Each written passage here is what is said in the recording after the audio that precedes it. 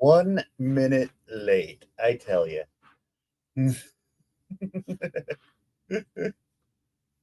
Yeah, yeah.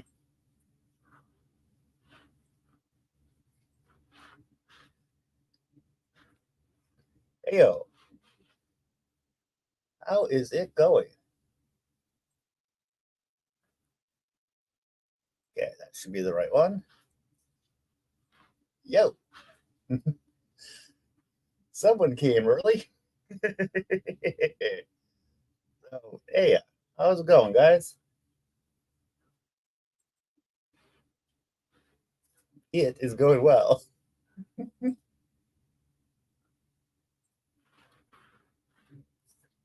Well, that's good to hear.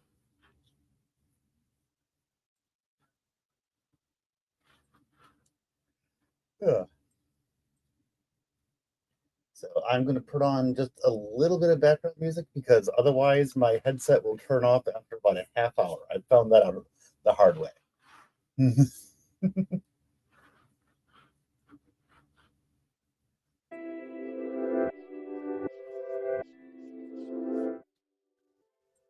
But just really low.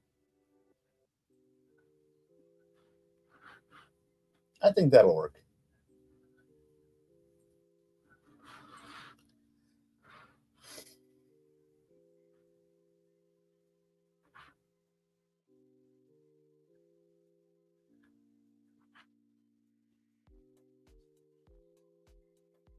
And I will get to I'll get to reading momentarily. Just seeing if with a little bit more time, some people might show up.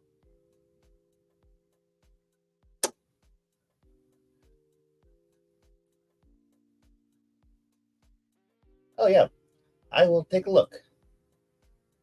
You get wait to more story? Cool. I knew what you meant. Mm. Okay.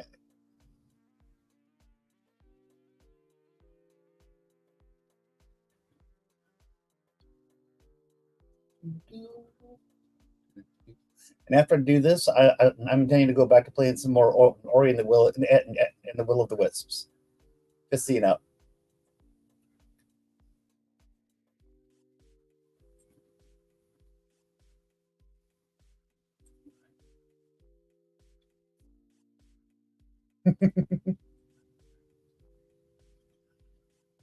Well, you're planning to hear more of it here, right?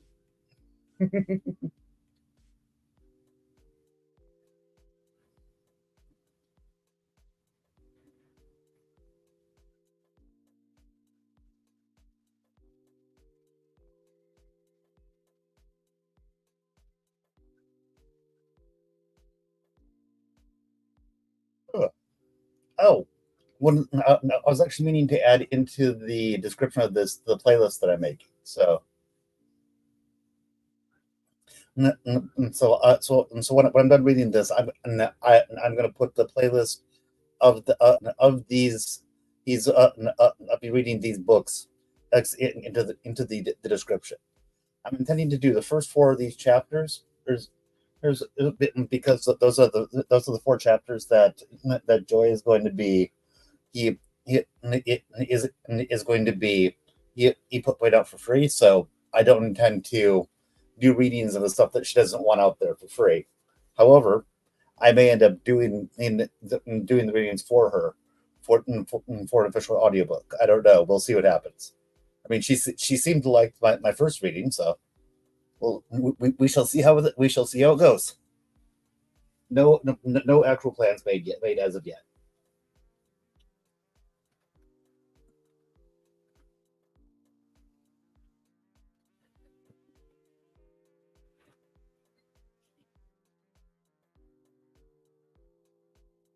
Still, one thing leads to another. So yeah, that's where we are.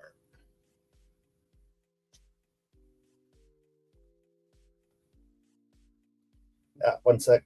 I need to clean my glasses.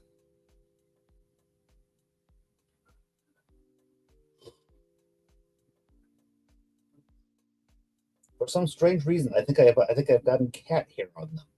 Wouldn't have anything to do with me owning cats.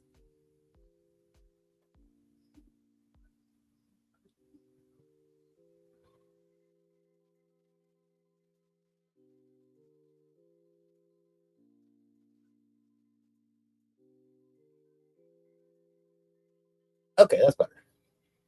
Hey, Joy, and here is the author herself. And yes, I know you want to make game based off of it, but like you say, it's going to take a while. It's going to take a while before she's probably ready to work on that part of it. Yeah, definitely good to have the actual author here.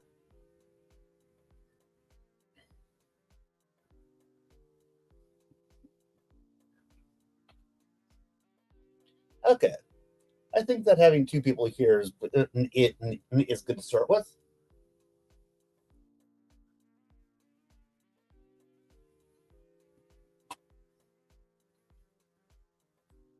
Okay, full screen that.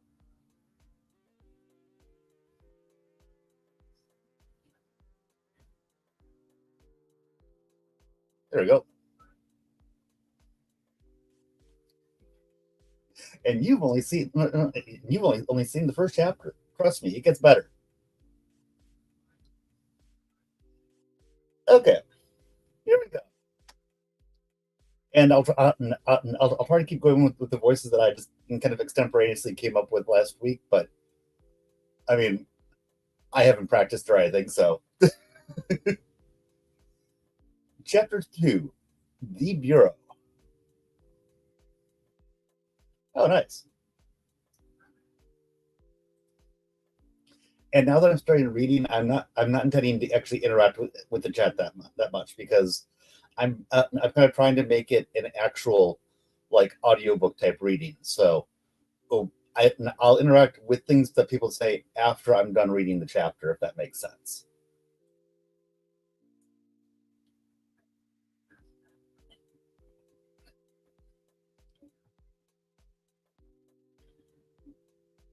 Okay.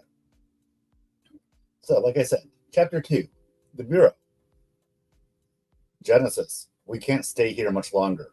What do you want to do with the body? Turok asked. She stood in silence for a moment. The heat from the sun was starting to intensify on her raven colored tresses. Neris. We should take Neris back to the security headquarters so he can be cleaned up and given a proper burial. It wouldn't feel right leaving him out here. You're right, but I'm certain he's heavier than anything you or I have ever attempted to lift. The young women surrounded their surroundings for anything that could help them carry the fallen guard and found nothing but sand. We'll have we'll have to drag him through the desert. The sun is almost up completely, so the Arperius aren't really going to bother us, she replied. They each grabbed one of his legs and began walking towards the hangar in the distance. Good thing we don't have that far to go. I can only imagine the smell of rotting flesh in this climate, her partner remarked. Genesis stopped. He turned his head and she glared into his amber colored eyes. Too soon? He asked. Finally, she turned away. I'm just trying to lighten the mood, Jen. When we get Neris back to his unit, we have to tie up loose ends, which won't be pretty. Letting out a heavy breath, she rolled her eyes. I know, Turok. I just rather not find myself in a good mood after the crappy night we just had, only for it to be ruined by the review committee. Fair enough. Just thought I'd try to cheer you up since, the person did die right before your eyes. I'm fine, Turok. I've seen a dead body before. Judging by your reaction, I'd have thought otherwise. I said I'm fine, she snapped.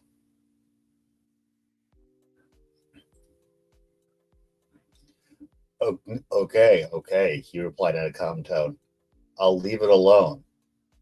They soon reached the hangar, and there were 3 dead guards standing by the door. They had smiles on their faces, and laughter filled the air until they saw Genesis and Turok dragging their fallen comrade. Basic, the Iberian guard said quietly in disbelief. He was quick to assist them in carrying the body, and the others followed suit, leading them down a different corridor. The infirmary was just ahead of them through a set of double doors. They slid open, and the group put Neris on the first open bed. His body hit the thin mattress with a loud thud. I'll hail the chief. He'll want to know. He tapped the Occupacom implant in his ear.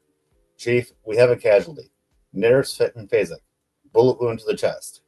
He looked between Genesis and Turok, his expression blank as he waited for Spear to finish speaking on the other end. No, they're still alive. Where's the prisoner?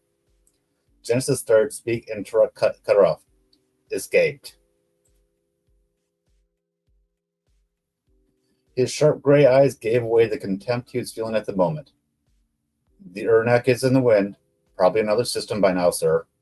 There was another pause. I'll get started on the incident report and send a message to the next of kin. See you in a few. Jivithest out.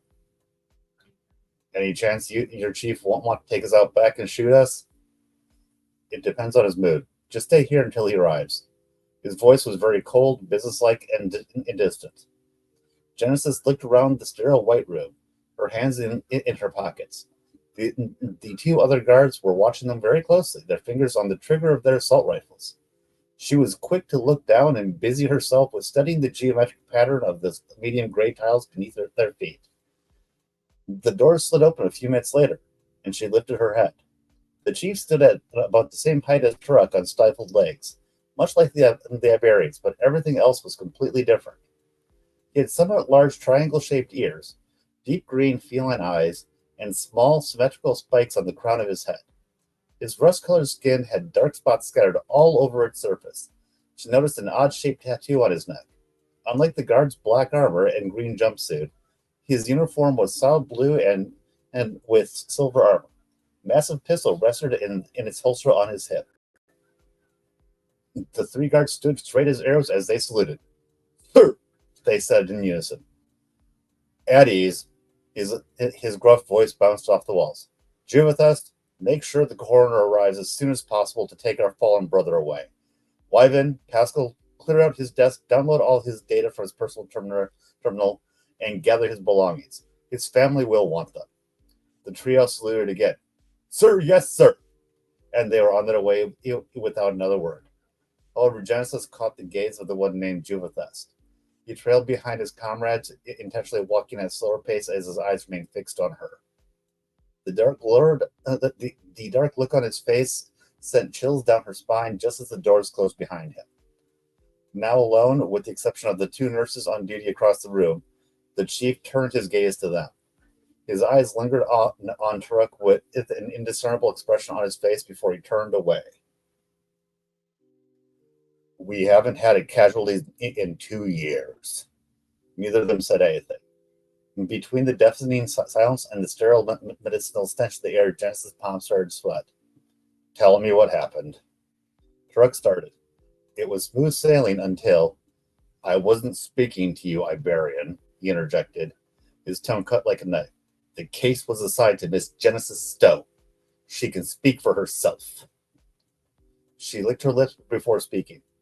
We had Yavik in custody, and we were on our way back with no problems until some bandits attacked us. We were on foot when a Paris City Patrol dropship came. They took Yavik and shot Neris in the chest. The chief turned his sights to Neris' body, silently examining the bullet wounds.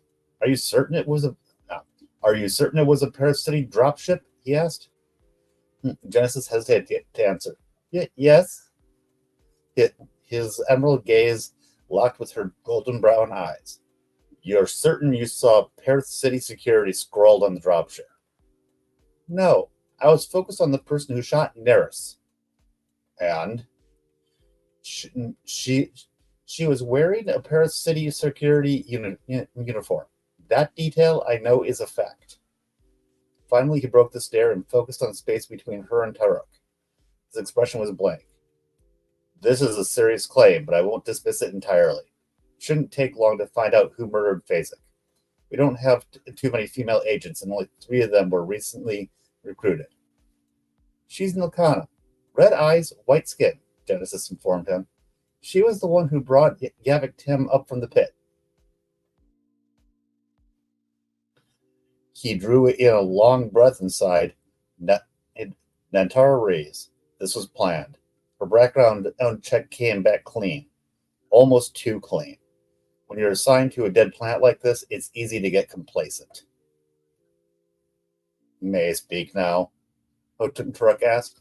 His voice was laced with sarcasm, which earned him a look from Genesis. He seemed totally unaffected as the same tense skull from earlier returned to his face. Yes, Ibarian. She immediately picked up on the muscle in Turek's jaw tensing. His large fists were clenched so tightly she could see the white of his knuckles through his gray-blue skin. They could be anywhere in the galaxy by now, but we could track their fuel emissions and hunt them down, Turok said. Yes, you could, but what good would that do? We know nothing about what would await the team I send out there. Being outmanned and outgunned is a very strong possibility. Then I'd be sending out more condolences to families of agents who went along with a slipshod, impulsive plan concocted by a hot-headed bureau investigator. The mood in the infirmary shifted with terrifying speed as Truck took a heavy step forward. That's not what I meant, he barked. His tone drew the attention of the nurses, who looked between each other and then at the emergency exit to their left. She was quick to stand in front of her partner, placing her hands firmly on the armor protecting his chest before turning around to face the chief. The warm air from his nostrils blew in small gusts across the crown of her head. Going back and forth won't get us anywhere. Turek and I can follow them quietly, then regroup once we have more information on Antara and her crew. The chief stepped closer to her, just a few feet away. This assignment required that you and your partner transport the criminal from Hamathar to Maelstrom. You failed. I've lost one seasoned and decorated officer loved by his comrades, myself included. I have several turncoats and a white-collar criminal in the wind. This case is no longer your concern. But this case is now above your level of competency, human. Now please leave. He leaned in close enough for her to count the flecks of brown in his irises. I have a lot of work on my hands. He straightened his tall, lean frame and quietly exited the room, pausing in the doorway. I cannot guarantee that if you ever return that there will be a friendly welcome waiting for you. The doors closed and the apprehension left the room with the chief. She looked at the nurses. They had been watching the entire time and quickly went back to work when the conversation ended. We better do as he says, Genesis. I don't trust them to not shoot us in the back if given the opportunity, Turek said quietly.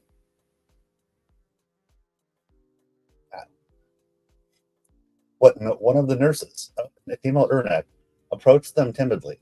The fitted medical suit she wore was pristine and brilliantly white. We have to take the corpse away to the mortician's wing. Her voice was soft and warm. Genesis turned to take a long look at Neris, how he still lay there, and then her eyes fell on the gaping wound in his chest. You can take him, she said, her voice faltering slightly at the end. The nurse nodded once, kicked up the stoppers on the bed, and rolled him away through the doors across the infirmary. She watched the nurse slowly disappear down the hall through the window. Let's go. The two of them exited through the same double doors as the chief and down the corridors Neris had taken them through. When they reached the main concourse, all of the conversation died as soon as they stepped into the room. A few dozen pairs of eyes were on them as they headed for the exit doors. Genesis quickened her pace, trying to ignore the glowering on their retreating forms. Once they were outside, the conversations continued. They walked by the security booth, and Genesis stopped dead in her tracks, staring hard at the empty seat inside. I doubt we'll ever come back here, she told her partner, wheeling her body forward to the Tempest. I see no reason to return unless we're invited to Parath Heights. She put her hand on the biometric pad of the ship, and the doors opened. Climbing inside, she chuckled. Yeah, that's unlikely. Once we were strapped in, she turned on the engine of the ship and lifted the spacecraft slowly off the ground, steadily gaining altitude. The sky slowly turned from medium blue to blue-black as they exited the atmosphere, and soon they were among the stars. Pierce City was just a small cluster of dots in a massive sea of red dunes. Next stop, Millennia, Tedrick sighed. Why can't we just go home and give it a few days? Correct. You already know the penalty for delaying and closing a failed case. She steered the ship towards the jump point. A group of other ships were amassing to be transported to different systems. We take our slap on the hand, cry it out, and move on. I need to decide which bottle of alcohol I'll be passing out with tonight. Brilliant rum, Inarata nectar, or maybe black quasar. Taruk, no binges, she replied sternly. I need you sober for whatever assignment we get next, considering what happened this time. I wasn't actually going to do it, but it would be fun, though. Welcome to the Canis Beta jump point. Please confirm your destination. A robotic voice from the console chirped. Infinity Cluster, Eon. Destination confirmed. Please stand by. The familiar dimming of the lights in the cockpit returned as the warp core roared to life. Genesis closed her eyes. I really wish I had those leaves that Ernak mentioned. She sighed, placing a hand over her stomach. Well, we need to do a supply run anyway, so we'll pick some up once we get to Millennia. He replied. Before they knew it, they were in the stream again, and she held her breath. Taruk covered her hand with his, saying, I wonder if all humans get this wound up going through the stream. Well, you won't know until you start traveling with other humans. That your way of saying you want a new partner? He chuckled. I would have booted you as soon as we met if I wanted a different partner. I just want to know the less than obvious differences between humans and Iberians. If we stick together until we die of old age, eventually you'll know everything you want to know about Homo sapiens. A few seconds later, the pull from the stream ended and the console beeped. You've arrived at your destination. Please indicate which landing platform you'll be using today so that our landing bots can assist you, the robotic requested. Millennia, Galactic Investigative Bureau Headquarters, Taruk replied. Destination platform confirmed. Please provide adequate security clearance upon arrival to avoid any inconveniences and possible arrest. Acknowledged. The console shut off, and the Tempest headed for the largest landmass on Eon. Her attention remained fixed on the massive curved structures that encircled the planet thousands of miles above its surface. It emitted a blue light that faded in and out at regular intervals. Space droids removed large sections of the metal paneling and disappeared into the inner workings of the machine. Never ceases to amaze, huh? Thousands of years old and haven't failed yet, Taruk said, interrupting her concentration. I just hope those repair droids keep doing their job, she replied. As they got closer to the city, the finer details of the bustling metropolis came into view. Countless skyscrapers stood tall near its center. A building in the shape of a colossal spire glistened in the middle of it all, surrounded by a large lake and 4 bridges of equal length. The hover cars zipped to and fro in chaotic harmony, their engines whining loudly as they went by. The Tempest landed on the ground, and a service bot was quick to approach her door as the engines died down. It greeted them with a precise yet warm voice. It's a service bot, okay. Good morning, and welcome to Millennia City.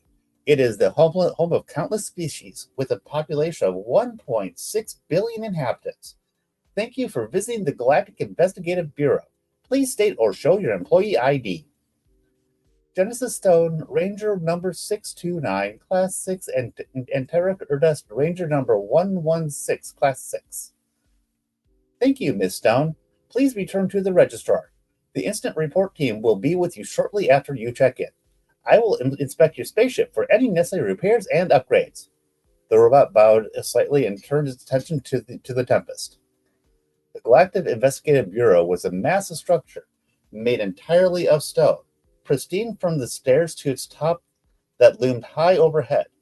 Its gray-white columns dwarfed every living thing that passed by, and the peaks of its roof eclipsed the sun. A large statue of its founder stood tall and proud with a book in one hand and a scale in the other, in the middle of a large rectangular pool full of water, so clear that it appeared to be made of glass. A golden placard underneath it read, True justice thrives on knowledge. The children dipped their hands in the cool water and splashed one another as they played in the wide, grassy courtyard that brimmed with vibrant flowers of a sort unfamiliar to Earth. Other investigators were walking to and from the headquarters, some nodding curtly at Genesis in acknowledgement, while others either gave her a side eye or simply walked by without noticing her at all. Genesis! A young, cheerful voice exclaimed. Before he could find the source of the voice, someone was wrapping their arms tight around her body, and her face was buried in clothing. Zerlin, she breathed. Turok chuckled, holding his arms across his chest. I see that the little one is still your biggest fan. As quickly as he had ensnared her, he let her go, with his deep blue eyes glaring at Turok. I'm not little. I'm almost as tall as you are, Turok, and I'm still growing. I know, Kashara. My name is Zerlin, he replied through gritted teeth.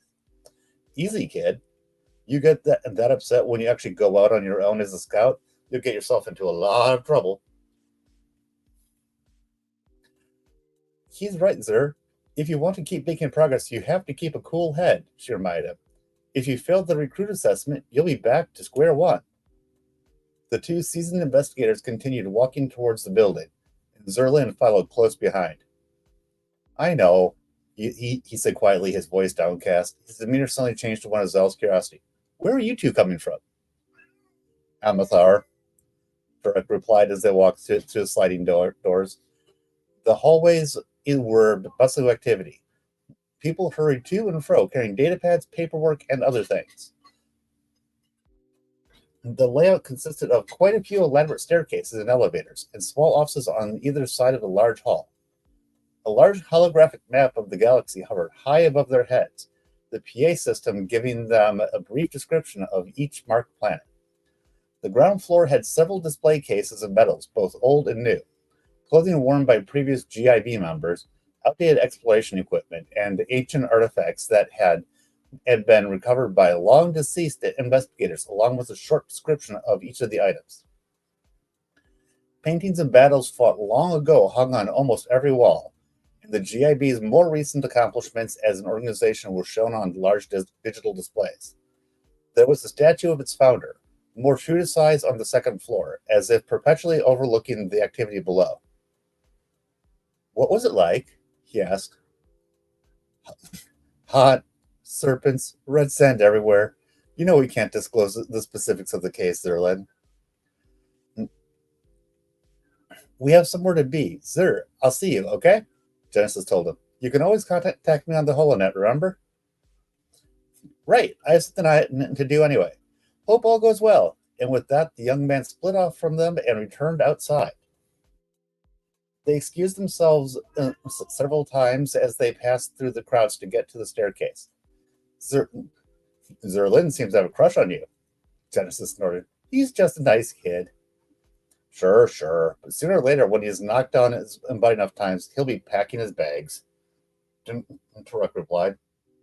You never know, Turok. Zer might have what it takes, and I just might replace you, she teased, pushing the button for the elevator. Turok focused his golden and yellow eyes on her, his face blank. And you'll get yourself killed. You need me, John. We'll see about that. The elevator doors opened, and they stepped into the wide metal box. Genesis pushed the button labeled Registrar, and the lift quickly started to make its ascent. Before they knew it, the doors were opening to the 5th floor, where there was far less foot traffic and the conversations were quieter. Maintained the open floor planning, and dark marble busts of significant investigators were situated carefully along the walls. Several smaller rooms with thick frosted glass were on either side of the hall, and a large oval desk was situated at the very back with another elevator standing next to it. 5 registrars were on duty, and Genesis approached the first one that made friendly eye contact. It was a female Kashara with lilac-colored skin that became lavender around the crest on the crown of her head. Her almond-shaped amethyst irises glowed gently. A subtle but warm smile rested on her rouge-painted lips. Her face looked as though it were carefully chiseled out of smooth stone. My name is Tessara. How may I help you? The female Kashara asked. Her voice was almost robotic, but kind. We're here for an instant review. Genesis Stone, ID 629. Tarek Erdest, ID 116. Just a moment. and she turned her eyes to the computer terminal, typing briefly. Yes. Voyagers 078109 and 113 will be waiting for you in room A7. Thank you, Genesis said before leaving the desk. Sighing heavily, she scanned the room numbers as they walked down the hall side by side. She could see figures moving around and heard muffled voices in a few of the rooms. The room labeled A7 was illuminated. She could hear several voices having conversation from inside. She stood in place just outside the door. Her palms were sweaty, her scalp was itching. She took several deep breaths, closing her eyes. Glad to know I'm not the only one that hates these things. An aged but familiar voice momentarily interrupted her procrastinating efforts. When Genesis turned, her eyes fell on a face that prompted her to smile. He was an Iberian, slightly taller than Turok, with gray-white hair peppered in with chestnut fur around the chin. He wore a long black coat, a dark blue scarf, light armor in his chest, and black spacer pants with military-grade boots. His stormy gray eyes had a slight glint of warmth in them. Or, you're one of the same investigators on my case review? Yeah, kid. Welcome surprise, right? I didn't want to do it, but here I am. And he sighed, and then nodded curtly to Turok, who returned the gesture. Turok, been back to the home planet lately? No, not for a while now. Oh, but every time my father and I talk, he asks how you're doing. Tell him early retirement is sounding better and better every day. Well, guess we better not delay the inevitable. After you, madame. He extended his arm, and she entered the room. The two other senior investigators were already seated at the black wooden table. One was a sage-colored female of rock, and the other was a bright green male Zitterak. Good morning, Miss Stone, Mr. Erdust. Please have a seat, the Zitterak said. You two look like you've had a rough journey back to HQ, so we'll try to make this go as smoothly as possible. I am Voyager Durandal, and this is Voyager Kira Rintal. I am sure Voyager Bor Avarest introduced himself already. Yes, Turek said, taking his seat. Genesis sat down, trying to tap her foot on the ground as quietly as possible. Her eyes focused on the hollow pads on the table. Good. The three presiding investigators looked down at their pads, examining the case in tense silence. Genesis began to twirl her fingers behind the desk, staring at the grooves in the wood of the table. The sharp smell of dust and an amalgam of body odor filled the room. Her eyes briefly searched the walls. This sounds like a very harrowing situation to be in, considering this was supposed to be a simple, straightforward assignment. A lot was thrown your way very quickly on Hamathor. Her voice was politely forceful and heavy. Yes, I agree. No one could have foreseen these circumstances. We won't fault you for that. However, Chief Varm expressed intense displeasure and anger over the loss of one of his best men, which is understandable. Would you please disclose how that came to be? Voyager Jurin asked. He looked between the two of them. After swallowing hard, Genesis replied, The Paris City dropship descended, and he was boarding the ship behind Yavik when she shot him. What, no, why wasn't Yavik Tim secured between you and your partner? Did you forget your lasso? Bor asked. Our sand drifter was disabled, so we had to walk through the desert and evade the Iperias. I told Genesis to release the loop on her belt. There was no use in losing the both of them in the event we were chased and subsequently eaten. Turok informed them. Kira focused her deep brown eyes on him. A sensible suggestion, but one that cost you greatly in the end. The traders, which I'm assuming are mercenaries, suggested in getting a black market hacker to an unknown location. He's wanted in 4-star systems for siphoning millions of credits to Frax knows where. There's no guarantee we will ever be able to find him again. They will only make it harder to apprehend him from this point forward. We volunteered to go up to the group that took him, Genesis said. But Chief Farm refused our help, even threatened us if we ever returned. His men were ready to shoot us. We have conflicting information. Chief Barn put in his report that the Iberian was hostile upon our initial meeting and was ready to engage in physical confrontation when reprimanded. Is that correct? Jared inquired. Genesis began to clench and unclench her fists. She blinked several times in rapid succession, wiping at her eyelids. Yes, but... Under no circumstances should a Bureau member even attempt to inflict bodily harm upon a fellow authority figure, regardless of any interspecific history. Kira interjected curtly. She set the hollow pad down and tapped her large gray pointing finger on the screen, looking at both of them. We are supposed to work alongside planetary law enforcement and adhere to a strict code of professionalism. If we want to gain the trust of the public, I strongly suggest you learn how to control your temper, Mr. Erdest. Turok remained silent and trained his eyes to the table. Yes, if we continue to receive reports about dissension and failure to cooperate with local authorities, they will feel less inclined to extend an olive branch, as you humans put it, Duran added. His light green eyes held a slightly sympathetic gaze as they felt on Genesis. It did nothing to calm her thudding heart. Yavik Tim was far too valuable an asset to lose, but given the context you provided, we cannot come down too hard on you and your partner. However, we may not be so lenient the next time something like this happens. Boar, do you have anything else to add? The older Iberian cleared his throat. Hopefully, we are given a second chance to smooth things over with Paris City security. We need allies in that specific sector of the galaxy. As for Yavik, we will have to wait for something to surface. It may take weeks, months, or even years, but however long it takes, we cannot afford to let him slip through our fingers again. Understood. We won't fail next time. Good, Jurin said, a friendly smile gracing his scaly, jade-colored face. We just need your thumbprints to confirm this review has taken place, and you're free to go. He slid the hollow pad across the table, and they both pressed their finger on the screen. And Kira got to her feet, and Jurin and Boar followed suit. Thank you both for coming in as soon as possible, she said, and went out the door. Her heavy footsteps slowly retreated down the hall. Jurin said nothing, gave a quick salute, and made his exit. Boar didn't move.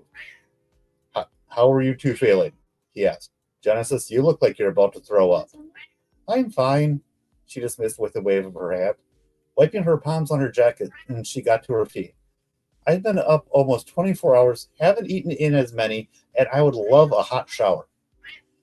I think we'd all benefit from these meetings being held over the holonet. It's not that I don't love seeing my comrades in person, but it isn't always convenient, Turok replied. He stood as well. You aren't the first to mention that, and you won't be the last, Erdest.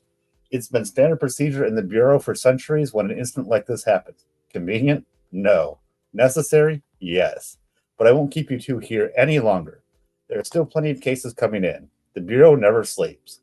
He winked at them and placed his hand on Jess's shoulder as he walked by. Don't take it too hard, kid. And then he was gone. Time to go home and crash, Turek said, yawning. I'll probably sleep for the next 3 days. Walking through the desert made me realize how out of shape I am. Or maybe you're just getting old, Genesis quipped, walking out the door. Turok walked alongside her, his hand on his chest in mock pain. Ouch, Jed, you and I are practically the same age in human years. When they neared the elevator, Genesis tapped the button for the ground floor and the doors immediately opened. They stepped inside. She chuckled. I highly doubt that. Did they send us any new assignments? Turok asked. He was in the kitchen of their modest-sized apartment, filling the teapot with hot water. The sweet smell of fruit preserves filled the air as Genesis took generous bites out of her toast. Rain pattered gently against the large rectangular window panes that gave them a generous view of the metropolis all around them. Lightning danced all the way across the gray, cloudy sky, and she looked up from her computer, waiting for the loud boom that followed shortly thereafter before looking back down at the terminal. Looks like it. So no hard feelings after our sit-down with the incident report team. Says here it's a request from VitaChem. They're requesting the assistance of 2 persons skilled in de-escalation of hostile situations involving disgruntled and or disturbed employees. Sounds like something in their own security can handle. Why bother asking us? Well, hold on. There's more. They sent several security officers to handle the situation, and they never returned. It's one of their remote facilities used for R&D in the Ajawadi. So I guess we're the next ones to disappear. Turok sat down in the chair to her left with a plate full of food with seasonings and leafy vegetables. Here's your tea, he said, placing the sky blue mug in front of her. The steam wafted lazily up into the air before dissipating. Thanks. She took a small sip, licking her lips. It's just a chance we'll have to take. The disgruntled and/or disturbed employee probably took them hostage. Do we really want to face Kira again and for refusing an assignment? He put a forkful of his breakfast in his mouth, swallowing hard. Absolutely not. Vroks are terrified when they're the least bit irritated. Then to the Azure Wadi we go. Within an hour, they were back in the Tempest, which the service pod had done an excellent job of detailing and repairing. The minor nicks and dents in the deep blue hull had been buffed and painted over, and the controls and paneling inside had been replaced with sturdier equipment. After they made the jump through the stream, they found themselves approaching an aqua-colored planet with several tan-colored landmasses and scattered bodies of water on each of them.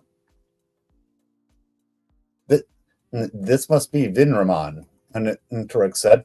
I've never been here, but I hear the seafood in Omi is to die for, especially their horn-shell crab. 1 claw can feed a family of 4. It's 37 credits per pound back in Evrilla. If we ever get a vacation, the crab claw is on me, Genesis replied. Where we're headed is 255 miles north of Omi. We've been given clearance to land directly in Vitachem's R&D compound. Great. We can get started as soon as possible with figuring out what we're dealing with. She remained silent as they made their descent through the atmosphere and towards the red dot on their map. Once they had reached a suitable height, the Tempest carried them forward and over the tops of the trees. Within a few minutes, they were approaching several tall rectangular buildings a few hundred yards apart, connected by enclosed skywalks. The Vitachem symbol was on each of them, a sprouting double helix in a vial, and a landing pad was placed near the small structure. A high metal fence formed a perimeter through the surrounding trees and foliage, and security spikes on the tips of the bars. As soon as they landed, an employee dressed in heather green pants and a matching shirt came up to greet them. He was a Kashara the shade of the sky with near white eyes. And Genesis hesitated to get out of the ship due to the worried look on his face, but ignored the nagging feeling in her head as she opened the door. We are so thankful you came as soon as possible. My name is Nan Dial. I'm a biochemist. Genesis Stone, to record us, she introduced them. The dossier didn't divulge much about the situation here. Follow me, please. He guided them inside the building where a large number of the employees with the same green uniform were gathered. Long metal tables with a bench-style seating were arranged in neat rows from wall to wall. Computer terminals on the left side were separated by a waist-high countertop, which he was leading them towards.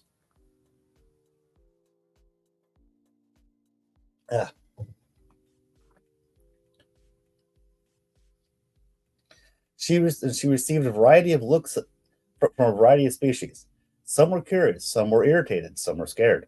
The whispers in the air were tense, and the gestures she took note of were sharp and aggressive, prompting her to frown. It was written in a hurry when we realized the situation was escalating rather quickly, and we aren't allowed to disclose our endeavors in detail to those who aren't employed by Vitachem. So please don't ask any questions you know we won't answer. A curt feminine voice interrupted. Genesis looked to her right. It was a female Bacarian. Like Chief Barnes, she was tall with a lean frame, but had the rounded figure of a woman and softer facial features. Her spotted skin was a powdery red, and her eyes were the color of a burning sunset. While she also had spikes on the crown of her head, they weren't as prominent.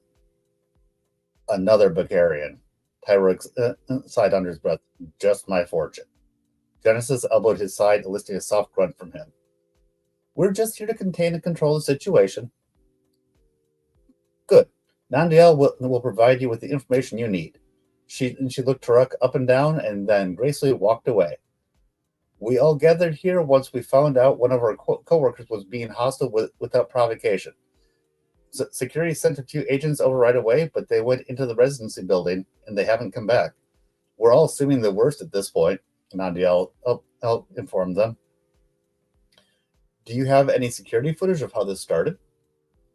We don't put cameras in the residency building for privacy reasons. There are plenty of eyewitnesses in this room, and they all say Daniel was fine this morning, but after lunch he was irritable, like something was bothering him.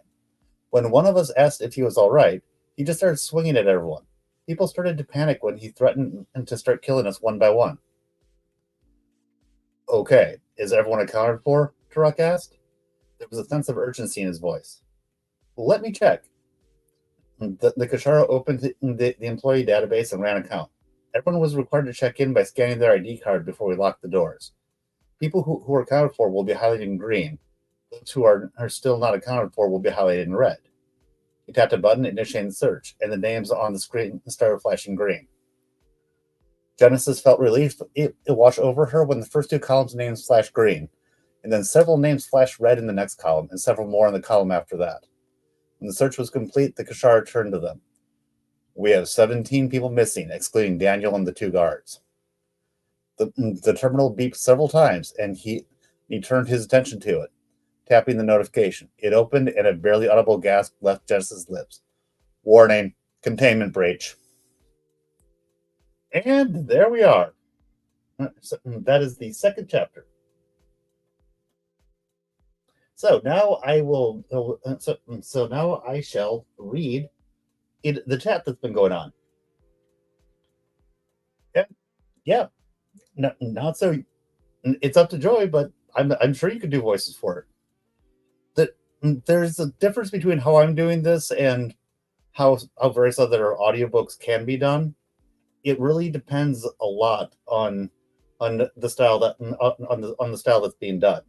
The way that I'm reading it is the way that most audiobooks that I tend to listen to who are read with basically one narrator who just kind of gives a little bit of a different voice for each person as they read it. But there's another style that's done by a company called Graphic Audio, which basically has a narrator, and then each person is read by different actors, basically as if it were a movie just without the video. So, I mean, in a stylistic choice like that would definitely be up to Joy. So, yeah, this is a very, very good book, in my opinion, and for everyone for everybody who's agreeing with that, I say you have good taste. And yes, fucking bureaucracy. We know what you think about bureaucracies, not so, or at least I know that me and Enjoy do.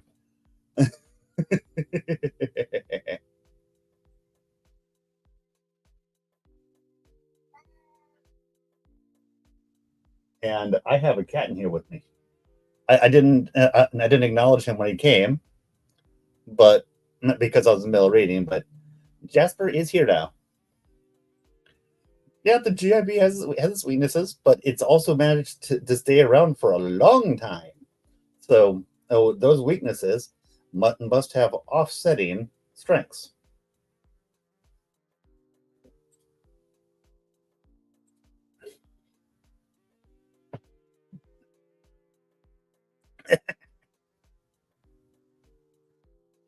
Well, that's a bit kinder than some of the other times that I've heard you mention what you want to do to bureaucracy.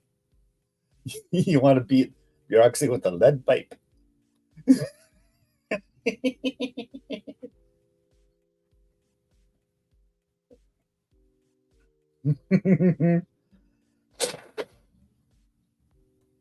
Yeah, that's not so. And Joyce says, "Whoa, buddy, they're just doing their job." Love that. Yeah. So, just an offer, and you definitely don't have to take this up if you don't want to. I'm not trying to put you on the spot or anything. Enjoy, but if you would like to come on to talk at all, well, the floor is open to you, and I would be happy to send you a link.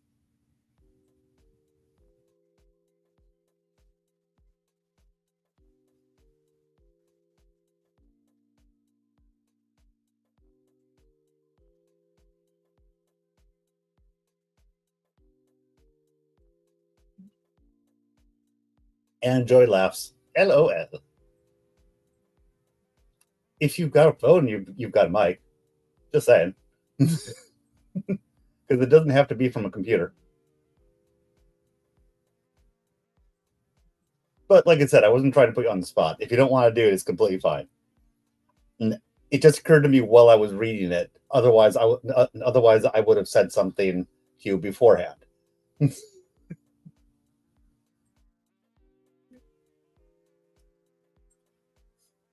No, I don't know.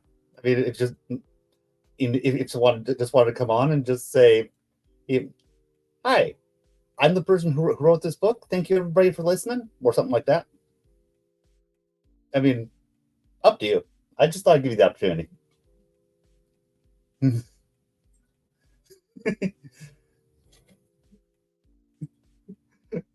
Nothing in particular. What are you supposed to say? Nothing in particular. Like I said,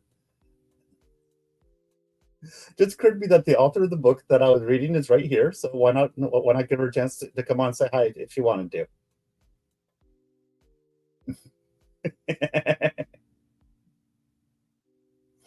I mean, that's only if you wanted to.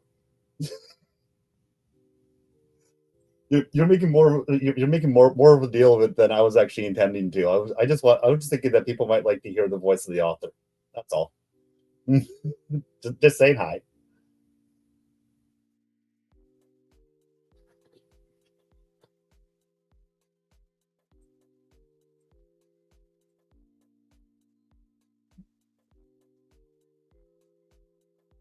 Okay, cool.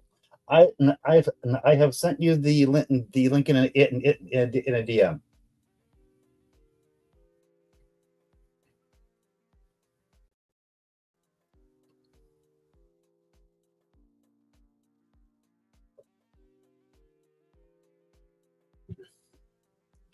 Ugh.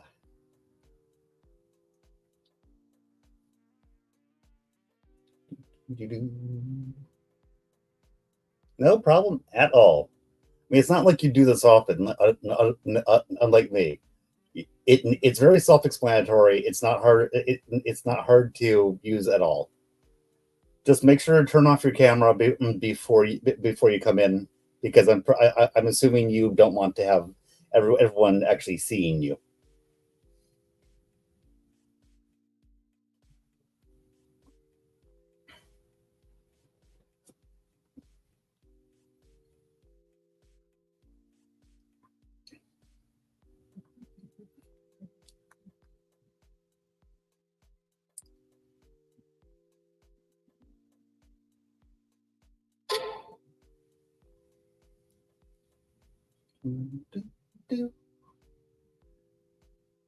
And right now, I am just listening to my lo-fi beats right now that are that is making sure that that my headset doesn't turn off because it thinks I'm not using it.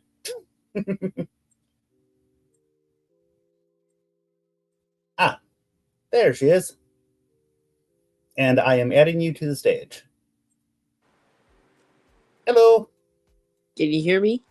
Yep, I can hear you loud and clear. Okay, cool. So yeah, wasn't trying to put you on the spot or anything. I just figured you were here, and you might just want to say hi to anybody listening to it. Oh, well, hello, everyone that tuned in for the reading of chapter 2. Yep, and to everyone who is not here right now as well, because hopefully people will watch this on a replay as well. Yes, that's what I'm hoping for, too. Yeah, so thank you for writing a really good book and listening to me read it. I hope that I am doing justice to it for you. Yeah, you got the inflections down for the most part, and I, I do appreciate you actually taking the time to um, do a live reading of the first few chapters, because sometimes people don't really have the time to read it themselves, but they do, they pop in their headphones or they'll put it on their TV and listen to it. So anything helps, really. yeah, Couch Potato Gaming was actually telling me that he doesn't read much, but he likes listening, and was saying that me reading it is part of what is the main thing that got him to start paying attention to Oh, it. Well, I'm sure there are others like him that would rather have it read to them rather than reading it themselves. Yeah. So part of my thought with me doing it like this, and the reason why I'm not talking to the chat while I'm reading it, is that I'm trying to make it so that if you would want to, you could actually take the streams that I'm doing and just kind of cut the audio out from when I start reading the chapter, and you could actually use that for whatever you'd want, as far as I'm concerned. Oh, okay. So yeah, that's the reason why I am reading it the way that I am, because other people will interact with chat or whatnot Mhm. at down points, but I'm trying to make it a continuous reading in of it, Okay, I see. which I hadn't actually mentioned to you before, but yeah, You did that's not. what I'm. But that's been my intent with the way that I'm doing it. Hey, not so. So yeah, I'm assuming that this is the first time you've actually used StreamYard. StreamYard, isn't it? Yeah, it's StreamYard. Yeah, it's a lot simpler than people who've never used it before always assume. Because first time that I used it, I was the same thing. And the person was going, "No, just click the link. Trust me, it'll be easy."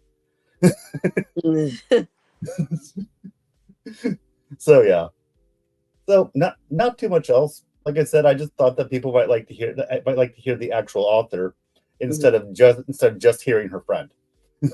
Yeah, I just have this weird thing about my voice. I've heard it recorded sometimes, and I'm like, oh my god, please delete that. You are talking to a person who has grown up with a stutter. Ugh, Anytime someone talks about being embarrassed by listening to themselves, I'm just sitting here looking and going, you do know who you're talking to, right? yeah, it's still. No, I know, but it's just something that I find to be funny, not that I think is unfair to say, because Mhm. frankly, I don't know very many people who like listening to their own voice. Yeah, that this is very true. Unless you have, all that professional equipment in a soundproof room with the vibration, the acoustic absorbers and all that stuff. But Oh um yeah, yeah. Now, if you want something really trippy, at least for someone like me who talks relatively fast, try putting yourself at times two speed and listen to yourself. oh my god. Yeah, I've done that because I've been scrubbing, because I'll sometimes scrub through my own live stream because there's something that I want to find to cut out for a short, and I'm just listening to myself going, "Ow, people listen to me like this."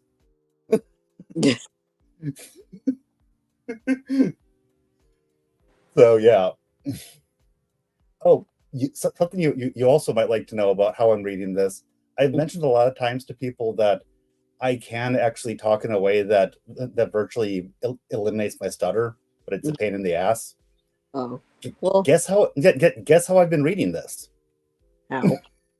It's worth it though. But that's why I'm not stuttering much during it, because I'm actually using the techniques that I learned from my speech therapist. Cool. So yeah, for anybody who thinks that I can't handle my stutter, I can. Just that I typically don't find it worthwhile. No, no, please do whatever is comfortable for you. You don't have to. Um, Oh no, I just figure that it's worthwhile for the book, because I want people to get a good impression of the book, and I don't want people focusing on the stutter. Y'all need to get over your voice issues. Mine sounds like dog shit to me. I'm not demanding every stream I'm on, please delete me. Now, as far as my voice issues, I'm not actually complaining about my voice issues. I'm just pointing out I know what mine are. yeah, I already know mine is a equipment quality issue. I actually like my voice. It's just if it's Your not a voice, quality mic, it makes me sound like I don't know it's a somebody little, completely it, different. it's a little tinny, but if you know how to listen past that, you sound good. I'm not going to claim that you don't sound a little tinny, because you do, but that is 100% and a quality issue. I'm assuming you're just using the mic on your phone. You're not even using a headpiece. N- I'm just using the mic on my phone. Yeah. So I mean, if it wasn't tinny, that would be a miracle. I am using a $150 gamer headset right now. Yeah, and your voice sounds pretty clear. Thank you. I've had a lot of people absolutely shocked when they find out that I don't actually have any sort of a mic setup. That I actually refuse to get a mic. Because I'm like, no, I've got ADD. I fidget. I move around. Sometimes I'm laying down. Sometimes I'm sitting up. I want the mic to travel with me. Yeah, that makes sense. And so most people just assume that that's going to mean that that my mic is going to be of worse quality, and then they hear me and they're like, wait, that's just a headset. It's mind blowing that a Yeah, headset sound that good. I just can't believe that people can actually just sit in one place in front of a microphone and keep the same basic distance between themselves and the microphone to keep it constant and to keep a constant volume. I don't. uh, I wouldn't be able to do that. I don't. I don't have the patience for it.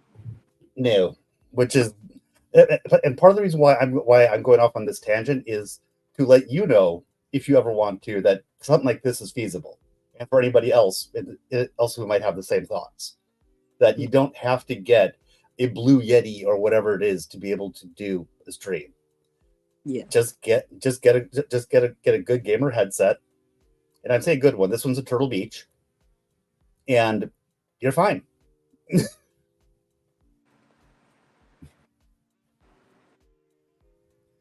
You move around until it's like a computer stream. Well, even on a computer stream, I actually still am using a controller, so I'm still moving around. Have you ever seen real gamers try to dodge things?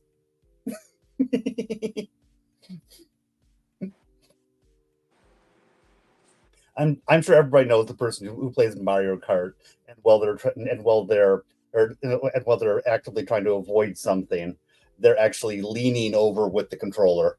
Oh my god. Yes, I know people So, who do that. so that's what I'm saying. I'm wearing a headset. Guess what? My mic moves with me when I do that.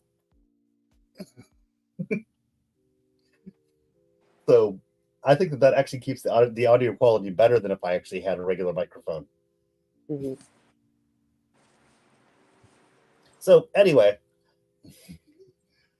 I Well, don't really have much else. I really don't really have much else for you. Just thought that I'd get you on. So well, I, I was gonna drop some real life lore about oh, Singularity. go, go right ahead. I was trying not to be ambushing you or anything, which I kind of did. So I was trying not to keep you longer than you wanted. No, it's fine. It's fine. It's just sometimes I get into my own head and it's like, hurry up and say what you have to say and just be quiet. But it's like, no. Um, when it That's part of what to be blunt. That's part of why I thought that I would ask you on, because I know that you typically don't get on something like this all that much. So I just thought I'd go yoink. well, you on the right day. Good. Okay, so now go ahead. So, yeah, writing Singularity. I don't, I don't think I've ever told anyone, but I've had Singularity as an idea for like 13 years. I've been sitting on it for a long time. And It's been cooking for a long time. yes, and I honestly did not in the beginning I didn't know what direction I wanted to take it in. I just knew that I wanted to write a story about a girl and her dog. And then when I got older and started like Mass Effect at I've mentioned it multiple times that Mass Effect is a huge inspiration for the development of Singularity, but it helped fine tune the ideas that I had in my head about this story that I wanted to write. And so playing Mass Effect and you're exploring the galaxy with all these different species and all these different planets, and you visit places like Ilium and um the Citadel and all of that. And so when I went back to my book and my ideas, I just kept telling myself, make it bigger, make it bigger, make it bigger. What if it's not just a girl and her dog, just doing whatever? What if it's a girl and her alien companion doing whatever, and they are traveling the galaxy together? And when it Hmm. comes to writing, there is no if there's no conflict, no goal, something that the main character is not trying to achieve, then it's really not going to be an interesting story. So I had to figure out, what does this character want? What does Genesis want? And that's what took the longest to figure out, is what does Genesis want? Why are we following this character? What makes, because there's so many people that live in this universe. Why follow Genesis of all people? And usually, hero stories, they're larger than life, and there's all world ending world ending scenarios that they go from, and they come out successful. But no, I have found that people are more drawn to the everyday hero, you know um Hmm. Yeah. like Not the it in part because I think it makes it so that it's easier for a person to identify with them and possibly put themselves in the shoes. yeah, so Genesis actually was inspired by Ripley from Alien. Huh. I can see that. And um that everyday, just trying to make it, you know in a galaxy that's not necessarily welcoming or warm. A lot of people don't really know that in the Alien universe, Earth is almost basically uninhabitable, and it's basically a junk planet in Alien. And so she's on this crew, and they're trying to make a living, and they're not the richest people. They're junkers. They find junk, or they retrieve junk, and then they get money for the stuff that they find. So in that way, Genesis is an everyday kind of person. She's in this galaxy full of trillions of people from all walks of life, and she's not trying to be at the top. She's not trying to be a superstar or anything. She's just trying to live. And, she has her unique experiences and everything, but there's something about her that puts her in the direct line of fire, so to speak, Hmm. of what's coming to the Milky Way galaxy. And so, without spoiling the rest of the series, um everyone likes that lead up, that build up to the fight of the hero versus the villain. And just gonna say this now. Every volume has its villain in this series, but they are not the main villain. Okay. So we're introduced to a villain in the first volume. We're introduced to another villain in the second volume, and then and so forth and so on. But she really gets put to the test in the final volume. And it's almost like someone being prepared to step into a role that they were meant to have without them realizing it. If that Yeah. if that makes sense. Hmm. It's kind of like the universe preparing them for the role. Yeah, and and so it's more, the plot of Singularity is more deliberate, um as opposed to the character just falling into these situations and they have to find their way out of these situations that they just so happen to be find themselves in. It's more deliberate than that. She Her job puts her in the line of fire, and Kind of literally. yes, literally and figuratively. And so as the series goes on, you'll just start to see, um basically, what challenges her changes her. And she just wanted to, just have a normal life, but it's like, no, the what you're seeking requires you to change. Yeah. And that's how we get the story of Singularity, is her trying to attain to something. And I'm not going to spoil it. But there is there's something that she is striving for, and you can kind of see it in the first volume. It's kind of like off in the distance and kind of shrouded in a little bit of mystery. You can't really see it just yet. It's not focused, Is but that is that the thing you told me that there's hints of that they'll need to pay attention for? say that again. Is that the thing you were telling me that there are hints of throughout the book that they'll need to pay attention to? Yes and no. Okay. I've There. I try not to spoil anything past chapter 4 myself. So So so yeah.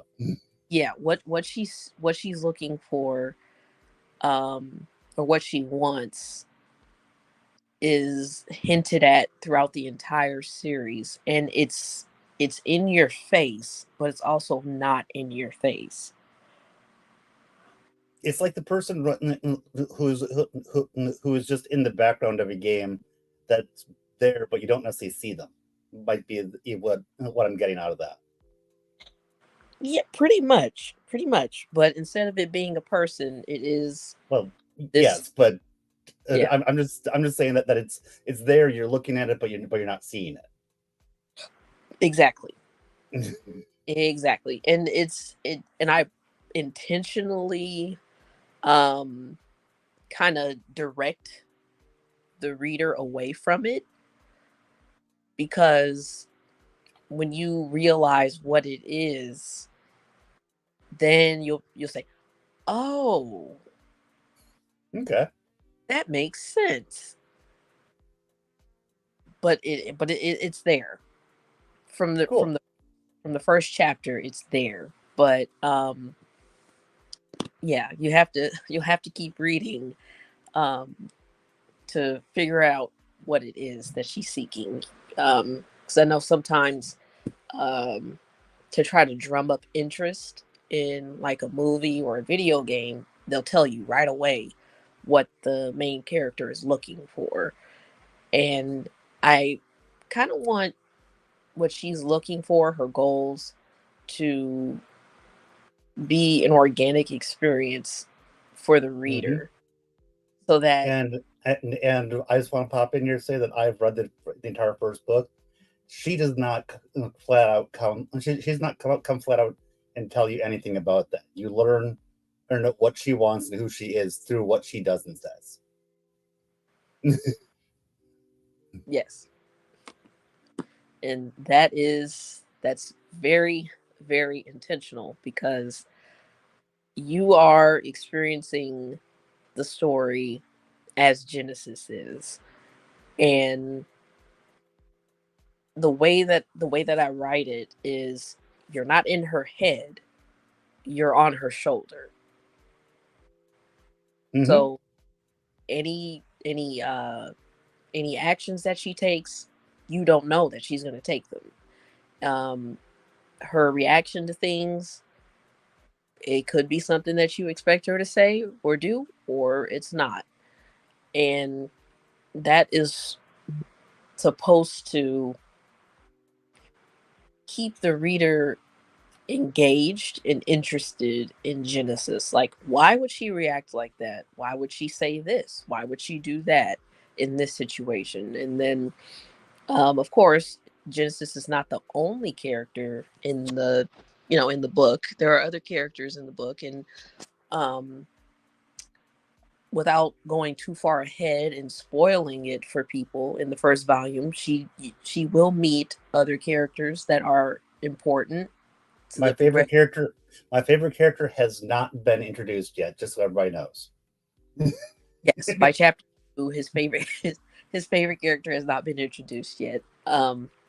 Just for those that are listening in, um, NetCat is one of my beta readers. So, as he said before, he has read the entire book, and by the end of the book, his favorite character has been introduced. Um, but yes, there are recurring side characters that are both good and bad. Some have questionable intentions. Some you don't know what they want, but they do find themselves in the same, I guess you could say, Venn diagram as Genesis. Sometimes their goals align, sometimes they don't. Sometimes their goals are in conflict with what she's doing, and she has to find a way around it. But yes. Let's just say the enemy of my enemy is my enemy's enemy. Nothing more, nothing less. Yes. Yes. Um and just just to be clear, Singularity is not it's not dystopian, and it's neither utopian either. Um there it's It 20. doesn't follow it doesn't follow either of those themes.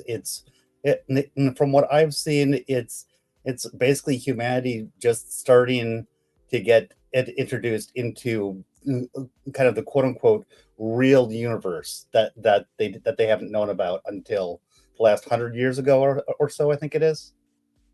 Yes. So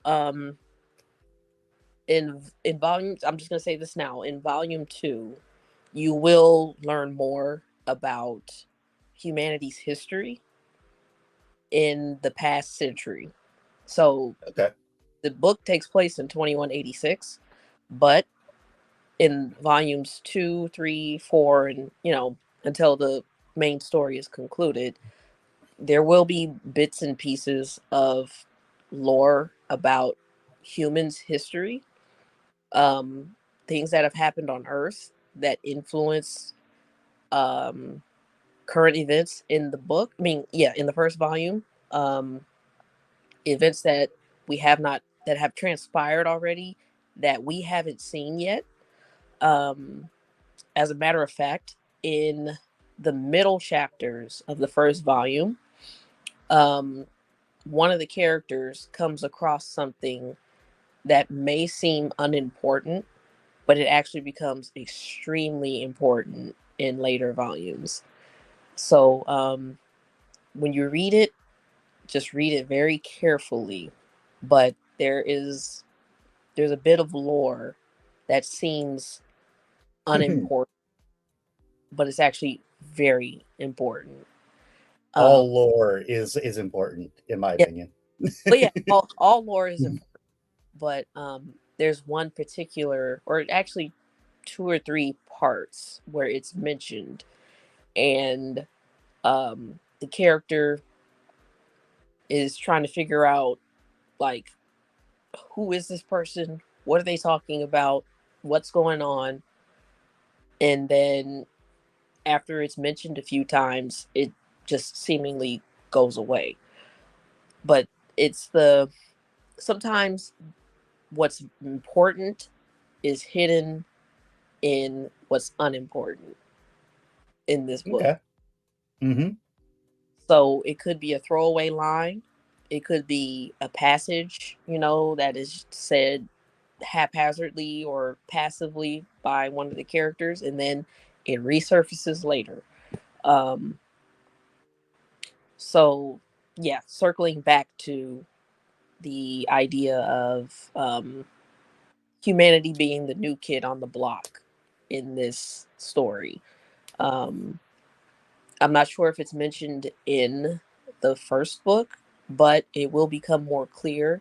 There will be more context added to that as the series goes on. And we've already seen in the first volume kind of how aliens feel about people or about humans. You have definitely brought that up. Yeah. And so, yeah, like Neris in the first chapter, he had his prejudices towards humans. And he was honest with Genesis about how he felt about humans. He didn't trust them. He doesn't like them. He thinks that they're too impulsive and they're greedy. But he meets Genesis, and his opinion starts to change.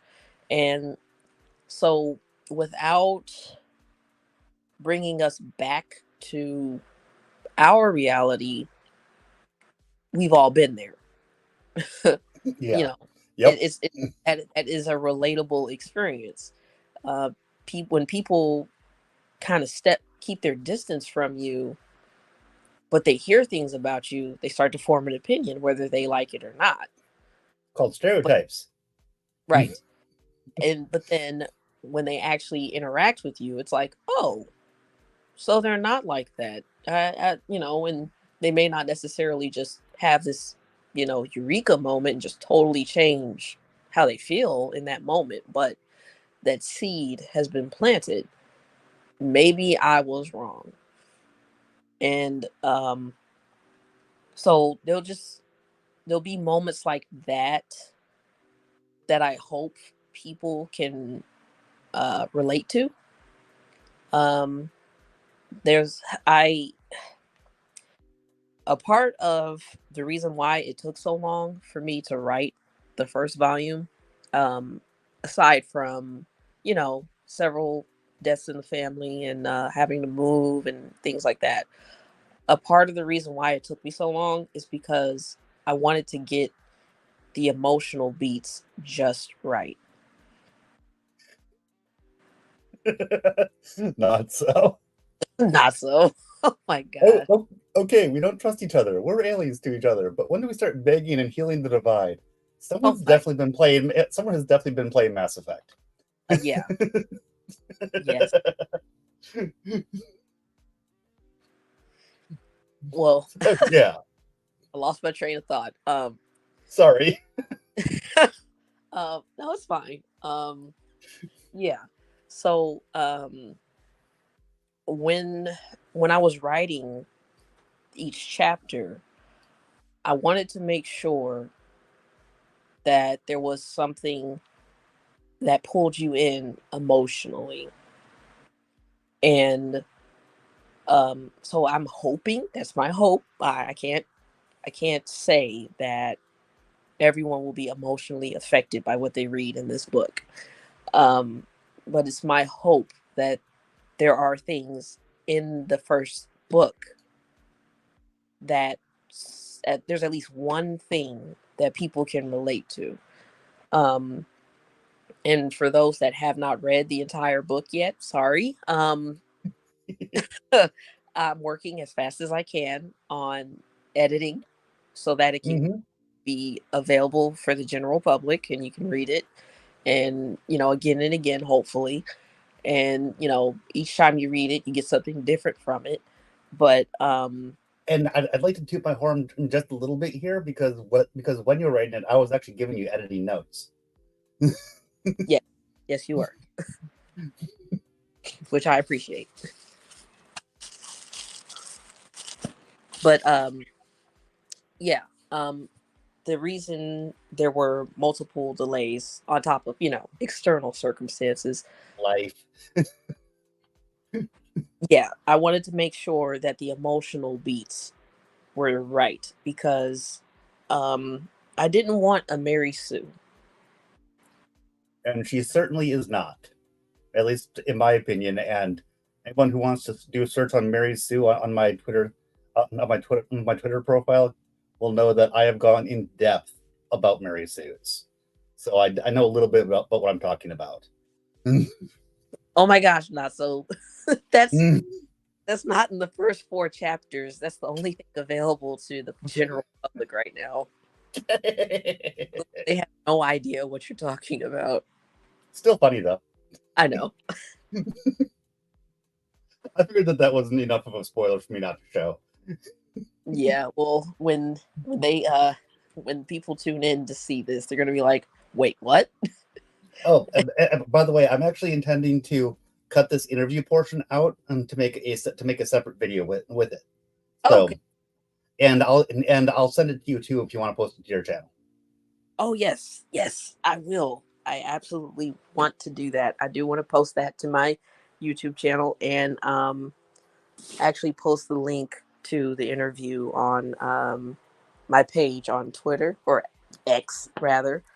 Um, Twix. yeah,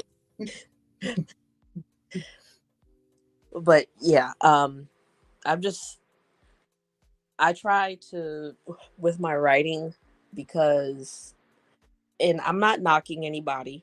Just a disclaimer, I'm not knocking anyone. I'm not putting anyone down, but I've read books where you can tell that the writing was rushed or not much thought was given to the more how can I say how to put it the parts where you want to anchor the reader to the characters.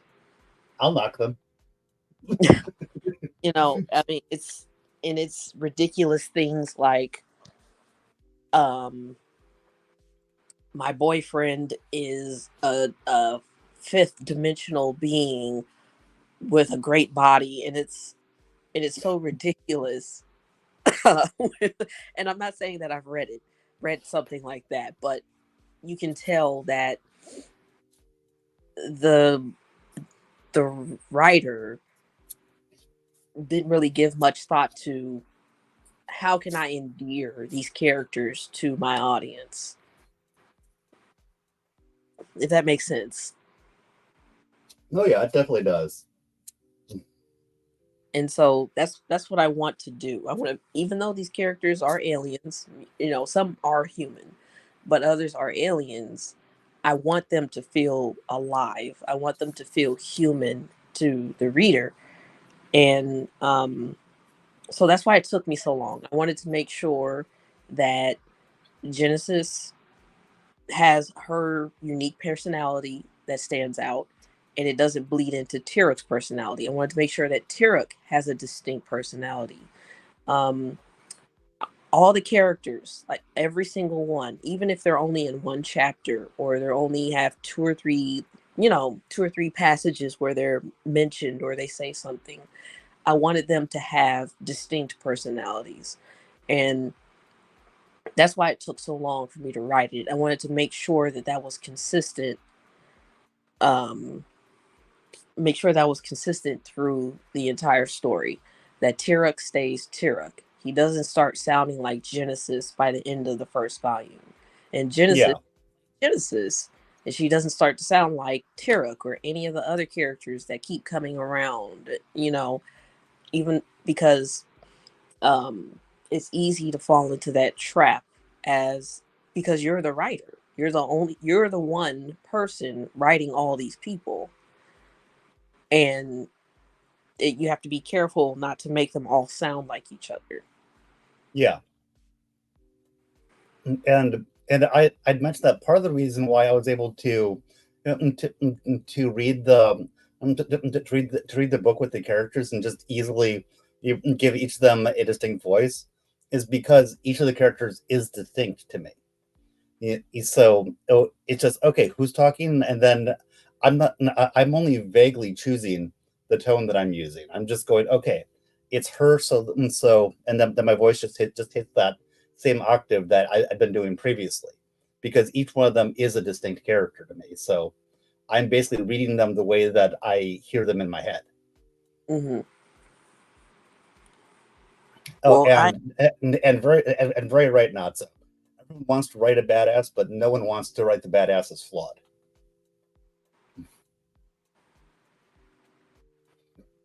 It, and for Spud Studios, who is actually Couch Potato Gaming from that stream, you, what there is a lot you've missed. However, I am going to be cutting this part out and posting it as a standalone interview. So if you want to watch, if you want to rewatch that, then you can watch it that way.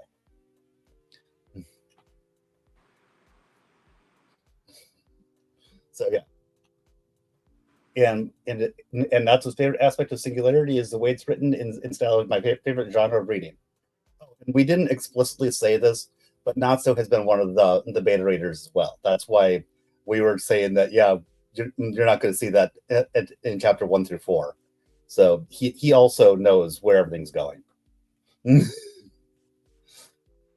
or at least for chapter 1. I mean, volume 1.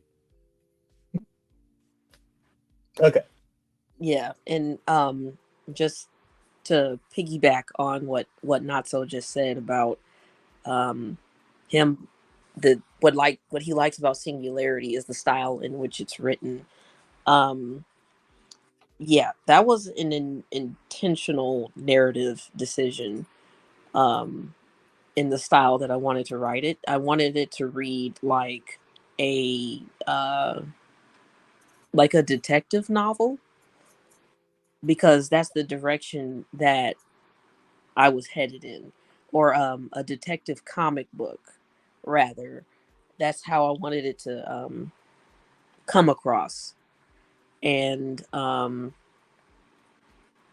so when it came to developing the dialogue um, and setting up each scene, I wanted to make sure that you could put yourself there before um, writing the dialogue or writing an action sequence. I wanted to make sure that the reader can get an idea of where the characters are. So, like in the first chapter, when they're approaching Hamathor and they're on their way to Perth City, I describe it before they get there so that you know what environment they're in. It's hot, red sand, blue sky, no clouds, sparsely populated, so that you know what they're dealing with. The inhabitants there, they're untrustworthy of foreigners or people from off planet, and but they don't directly engage with those strangers.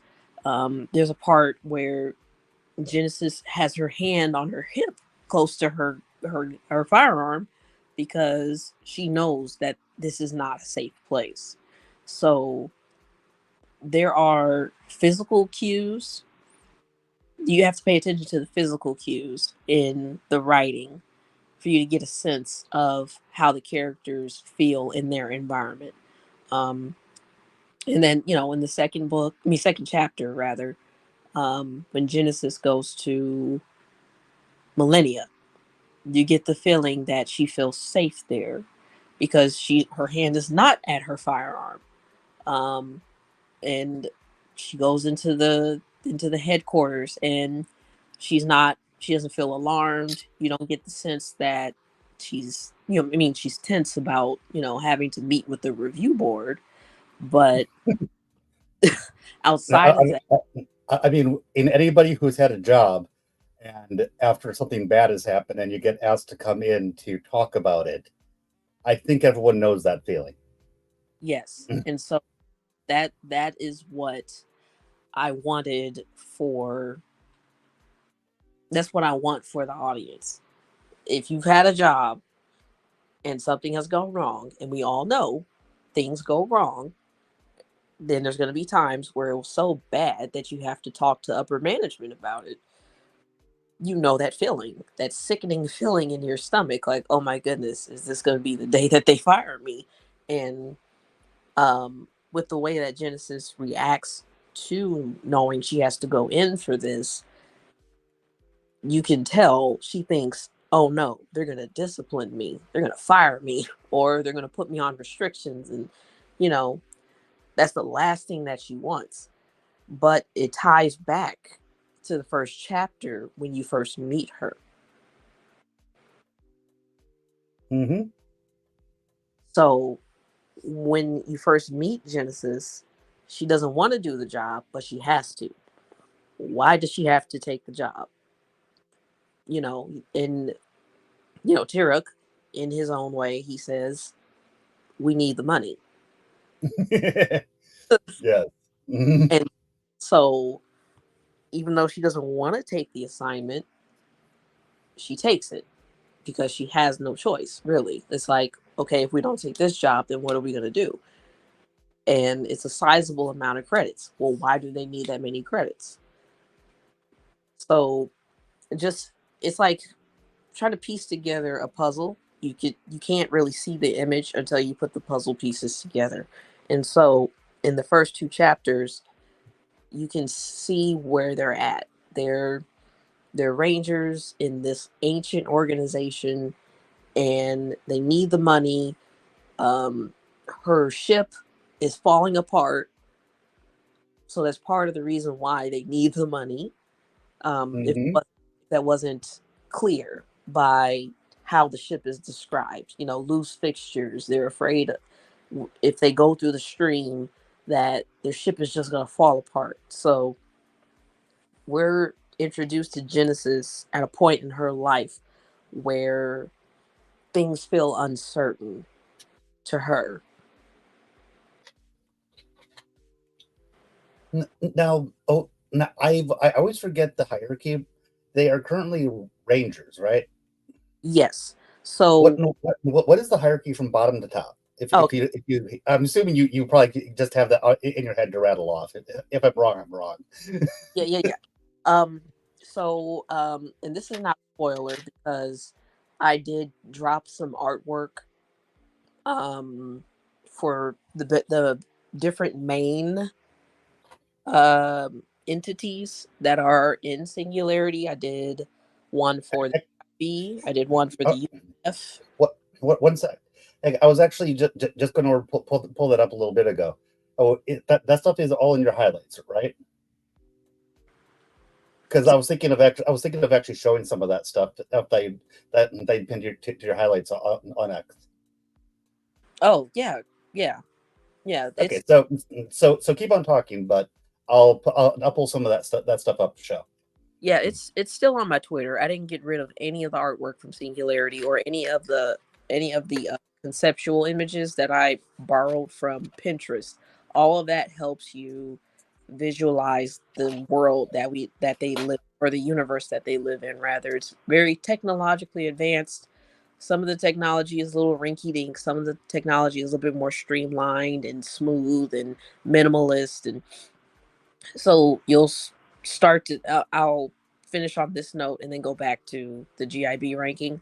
But um as the story goes on, you will see that not everybody has access to the same quality of technology, and there's definitely a disparity, and you'll see it. But yeah, going back to the GIB and how they're ranked. So you in order to get into the GIB, you have to first apply. You have to qualify to be a part of the GIB, and you have to do a fitness test to see if you are physically able to perform the job, because they can't have people out there with health issues, physical health issues, um, in an investigation. Like if there's a maniac on, I don't know, robbing a bank or whatever, they have they have to be able to chase that person down. They have to be able to defend themselves. And so there is a physical test, there is an aptitude test, there is a uh there's also a cognitive test, and also they have to be evaluated psychologically to see if they are fit for what they are going to encounter, because it's almost like joining a police academy in that way. But of course, we know what to expect, with in reality on Earth, a dog, domestic disturbance, or what have you. But we're talking about the Milky Way galaxy full of tons of species that could be openly hostile, or they'll see things that they have never seen before. They can be in situations that require them to be thinking on their feet. So once you're accepted by the GIB, you start off as a scout. That's the lowest ranking, is a scout. Okay. After you become a scout, you become a let me see. I don't I'm probably misquoting myself. Um you know what? Let me see. Because I have a lore guide. I have been writing a lore guide since I started, just in That case, is a very smart thing to. That's a very smart thing to do. One of my favorite authors didn't do that to begin with, and he ended up having to ask his readers to help him make his lore guide later, because wow. he found that they remembered more of his world than he did. Wow. And very quickly he felt kind of embarrassed by that. I would be too. I So let me see. Let me check. Double check my work. Sorry if it sounds like I'm ruffling in your ear. Oh, you're fine. So Eh, for anyone who's curious how tall Genesis and Trek are, that's how tall they are.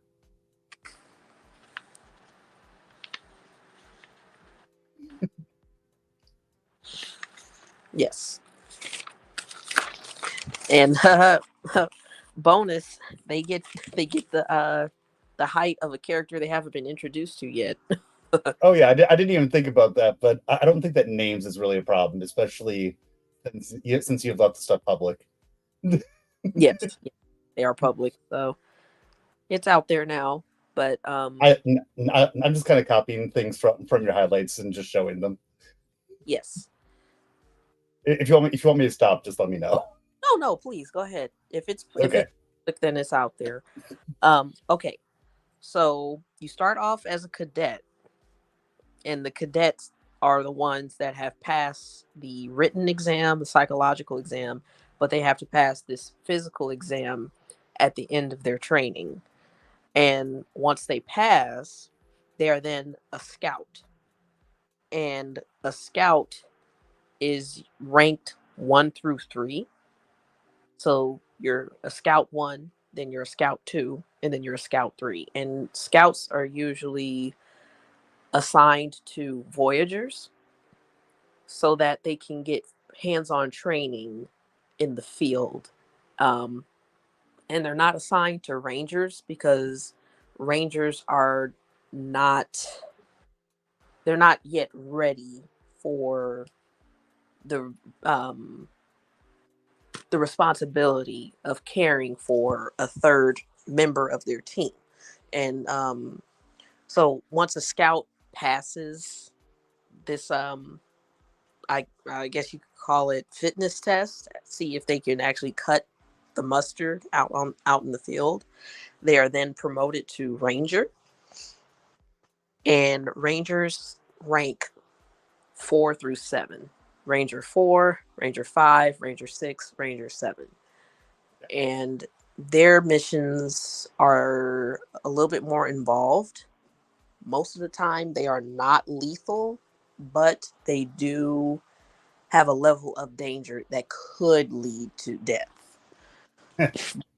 But they tend to, um, yeah, their missions tend to be get this convict from point A to point B, investigate this disturbance, investigate, Oh, oh, you know, you mean not life threatening, kind of like what we just read?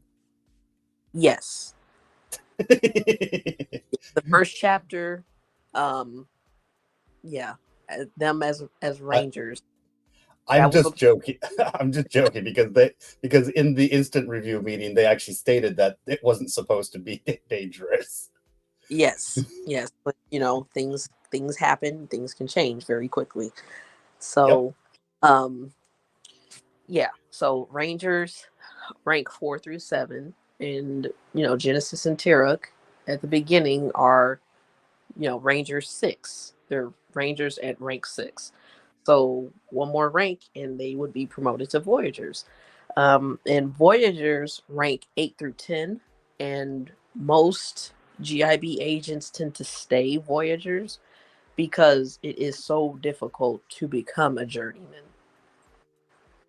Yeah. And without spoiling anything, the jump from Voyager to Journeyman can be very, very challenging. And yeah, so as the story progresses and as you continue to read, um, you will find out exactly why so many GIB agents stay Voyagers and why there's fewer journeymen than there are Voyagers, even though there are Voyagers that are completely capable of being journeymen, but why they have not been promoted to journeyman yet. And okay, so above the journeyman is the Pathfinder. And the Pathfinder is there's only one, and they are the head of the GIB. They oversee all the activities of the GIB. When there are things of serious concern going on, they address them and then they send it down through the ranks.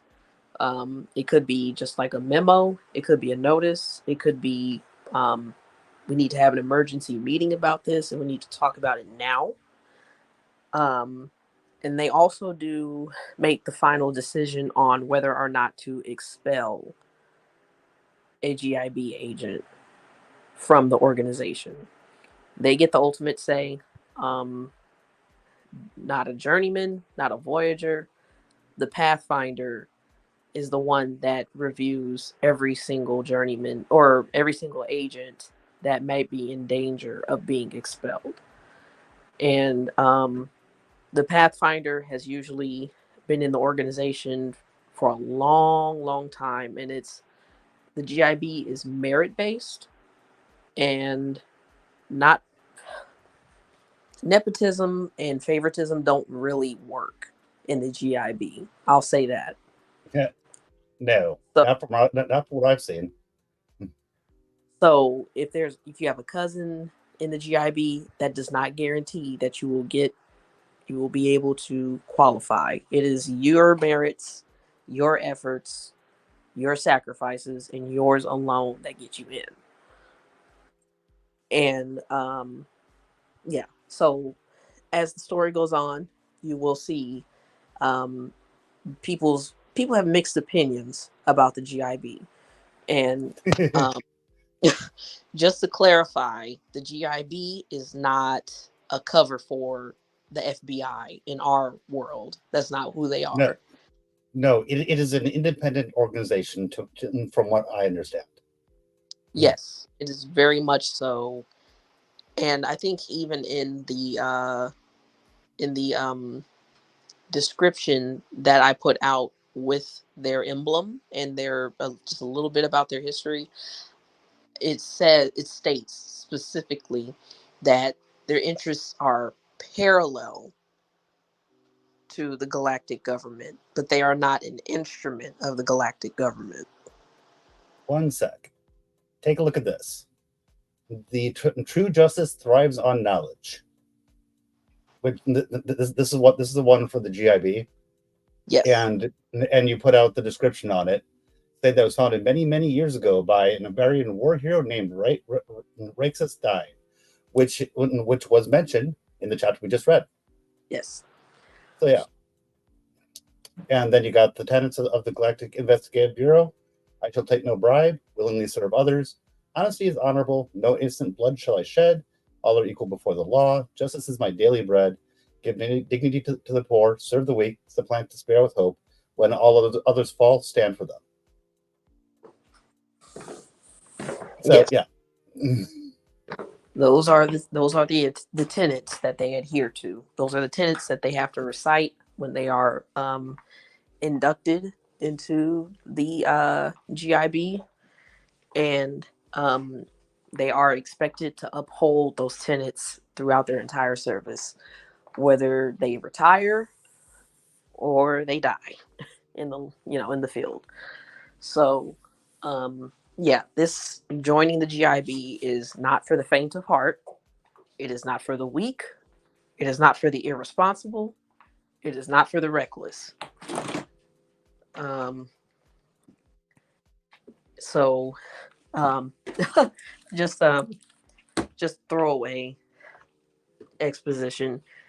Sometimes people will say, "Oh, I want to join the GIB. I think it'll be interesting to join," and their family is like, "Are you serious? You're serious? You really?" Yeah. So, just to kind of info dump a little bit, but I mean that doesn't add directly to any of the characters. It's just in this universe to kind of give you an idea of the type of organization that it is. People don't really they appreciate what the GIB does, but they would rather not do what the GIB does. there's a lot of things in real life like that. Yes. So you can people can relate to that sentiment. I mean, I relate to that sentiment with firemen and cops and electrical workers that climb up those 70-foot poles. Yeah. Um, I wanted to mention this part, but I didn't want to interrupt you before. He was saying this would make a good GURPS campaign. If you don't know what GURPS is, and like he says, think of a D&D, but it's actually just a tabletop role playing game system, which can do anything from medieval fantasy stuff all the way through cyberpunk, dystopian future, utopian future, pretty much anything. So that's what he was saying. oh, I see. So yeah, I'm having a slow. so, I get what you're saying. so just wanted to give that a shout out instead of just mentioning it in the chat. So because when you're on the phone, it's a lot harder for you to look at the chat than it is for me with my laptop up here and everything. Yeah, I have no idea what him and Natsu are saying right now. But unless you Yeah, that's the reason why I've been popping up anything that seems to be relevant. That seems to be relevant. And whereas it's really easy on your end as a guest, I'm in the catbird seat and I have a lot of things I can do right here. okay. And I've just been muddling around with stuff as you've been talking. Yeah, I mean, me too. I'm in my kitchen right now, uh, as I talk. But Mm-hmm. yeah, without going into spoilerific territory, um, the GIB, the GIB. Let's see. Um, yeah. So when you, since you read chapter 2 this evening, uh, there are things when Genesis goes to the GIB again. It may seem like a throwaway line or like it's not important, but there is something in chapter 2 that is very important. Um, when she is on her way to the review committee, and um, yeah, so it's yeah, everything. Well, not everything, not every detail isn't like oh, pay attention to every single sentence because it means something more. Not like that, but there's just some small details that are going to have more weight later. As I said before, um, there are You you you haven't read The Wheel of Time, but The Wheel of Time by Robert Jordan is kind of similar. There's tons and tons of details. Not all of them are going to be important, but you never know which one, which could be as simple as somebody seeing a flash of yellow under somebody's dress, could be extremely important later. yeah.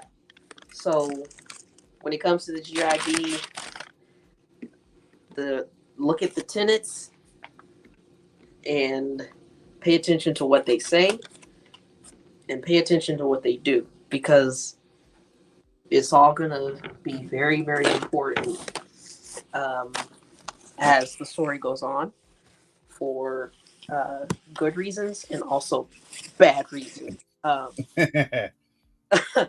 Because it's not a perfect organization, but Nope. I believe it is mentioned in in the GIB description with the emblem. It's mentioned that it was founded hundreds of years ago. So I will specify on that timeline. I'll just, just again, just a little piece of throwaway lore to hold on to.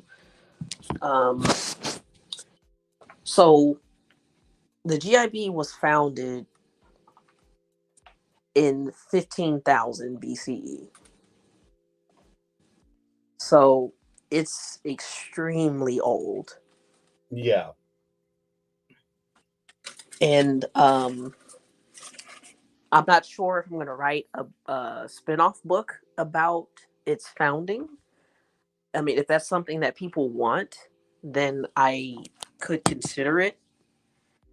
Um, writing a just a very brief standalone novel about how the GIB came into existence because it wasn't just cut and dry how it came about. Like, oh, we need this for the galaxy, so let's just make this entity. It's not that simple how it came into being. And the story of Rixus Dine is because I've already written out like anyone that is extreme, like important or a titular figure in Milky Way galaxy history. I've written a backstory for them. It's not like, oh, this is just some throwaway name and they're never going to be mentioned again, or they're not that important. They're just this figure off in the background that died a long time ago. No, Yep. Rixus Dine definitely has a story, and um, and I made sure to write it in a way that it can be incorporated into the story without spoiling anything that happens. Even though Rixus Dine died 15,000 years ago, he's still very much relevant to the story. Nice. And for anyone who has not already figured this out, Enjoy is kind of anal retentive in this way. She wants her world to actually be her world. So if there's something that doesn't make sense, she's going to make it make sense. Yeah, And she said that it's in 2180, I believe. 2186. 86. Okay. I Yes. knew I had the right decade when I was saying it, but I was thinking that there was probably a number at the end of it. And Spud says, I'm getting hints here. If the story includes humans and the GIB has existed for 15,000 BCE, then aliens have been exploring the Milky Way for a long time, unless you got something wrong. Nope, you didn't. You did No. not get anything wrong there. No, when you're she, he's when absolutely she says that we are, or when she says that we're the new kids on the block, she means it. yes. Because I think the hexacon has been mentioned already. Briefly, but yes, I believe it was. Okay, so yeah, so the I, hexacon. I, I've kind of got a little bit of streamer brain where when you're focusing on reading, you don't actually fully you comprehend the words you're reading, if that makes any sense. Yeah, I get it. But yeah, no, you're right, Spud. Um, He, alien. just to be clear, he missed like the first 40 minutes of the interview. He came in about 40 minutes and asked if I could give him the high points. I was like, no, you're gonna have to watch it. This has been an actual interview. Uh, So that's why he's asking about things that you did mention before. He just wasn't here for the first part. okay, I see. But yeah, to answer your question, yeah, humans, like Net said, humans are definitely the new kid on the block. And Rixus Dine is not the first alien, you know, to create an organization. He's not the first alien that to ever exist outside of planet Earth.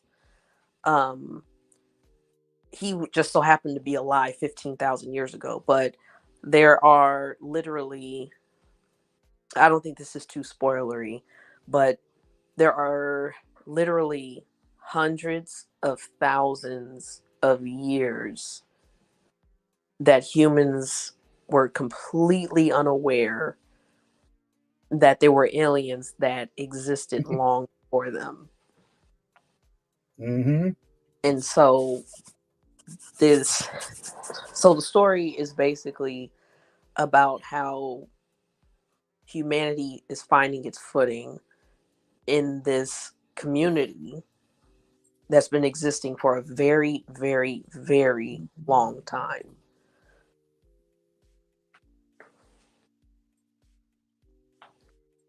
Because the GIB is not even one of the oldest organizations in the Milky Way galaxy. Um, Mm-hmm. and the Hexacon has been around even longer than that. And it was actually in existence and when the GIB came into an existence, and it had been for a very, very long time before before the GIB was created. And welcome, Annihilus. Hey, and I So Annihilus, later on after I clip this entire interview part, you might want to come back and watch it because Joy's mentioned some things that she hasn't mentioned to us previously. So you might want to actually check it out later.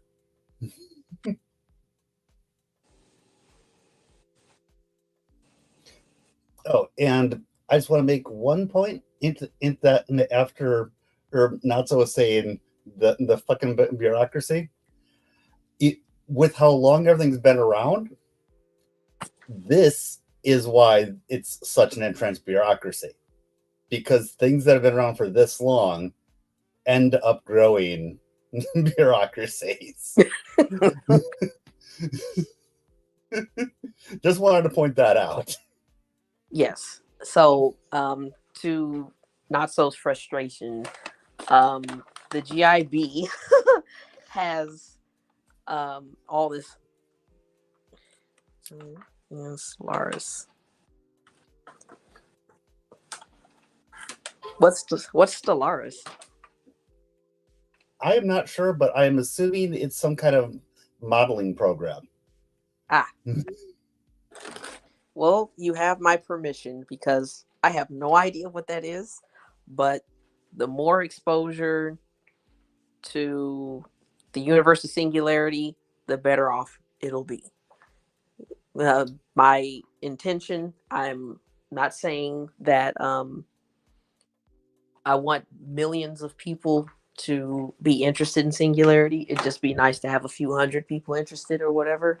But knock on wood. But the more people talk about singularity, the more interested people will be in singularity. If you you mentioned the artwork or you mentioned something about the story in your posts on Twitter or whatever, then people go, what's that? So any Um, yeah, to your heart's content, Annihilus. Go right And ahead. it looks like Stellaris is a sci-fi grand strategy game on the computer. So I'm assuming that since he does a lot of modding stuff, he's probably talking about kind of modding Stellaris with the stuff from here. That's my guess at least. Oh, he actually just made a comment on that. It's a 4X space grand strategy game. You make a civilization, and they start off as having just achieved space travel with a few colony and science ships, and expand from there. Oh, Okay, and looks like CT's here. hey Saying hi Joe, it's me, CT-117, the crazy DCW animated Star Wars content fanboy. hey Hi, there. hi CT. And I don't know if you've ever gotten around to reading it, but like I've been poking you to, but at the very least, go back and listen to me reading both of them if you can't get around to reading it yourself.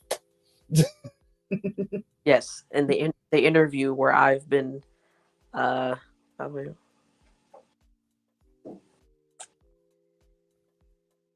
yes, Annihilus, I can do that. Cool. Just not tonight. No, she wasn't even intending to do this tonight. I just kind of yoinked her on. Yes, and so happen to be in the mood to talk. Yeah, I didn't even warn her. It just occurred to me while I was streaming that she was here. So I was like, you know what? I'm going to ask. Yes, and he asked on a good day when I felt like talking because editing has been kicking my butt. At any point you need a hand with editing, if there's something I can do, just let me know. I definitely will. It's more so just like the idea of okay, I don't want to change this so much that it changes the intention of what I wrote. Oh yeah, I was yelling at you when you were starting thinking about editing stuff about that. I was like, "Don't you dare!" I remember that fondly. Probably, probably vividly because I was kind of vociferous about it. Yes, you were. Early, mid, and end game crises testing diplomatic and military prowess. And yeah, if you can draw models ships, I can take a crack at learning Solar's code base to mod them into the game. How did I guess? Oh yeah, cool. Mm-hmm. I And, will. and and I really have to say that for all you're being concerned about your voice is very good. You come off just fine on stream. And anything that you end up listening to this yourself and cringing, that's just the cringing that everybody has when they listen to themselves on stream. Mhm. That's all it's going to be because you're sounding a lot better than other people I've streamed with. Aha. Okay. Well, I appreciate that. Hearing that. Um.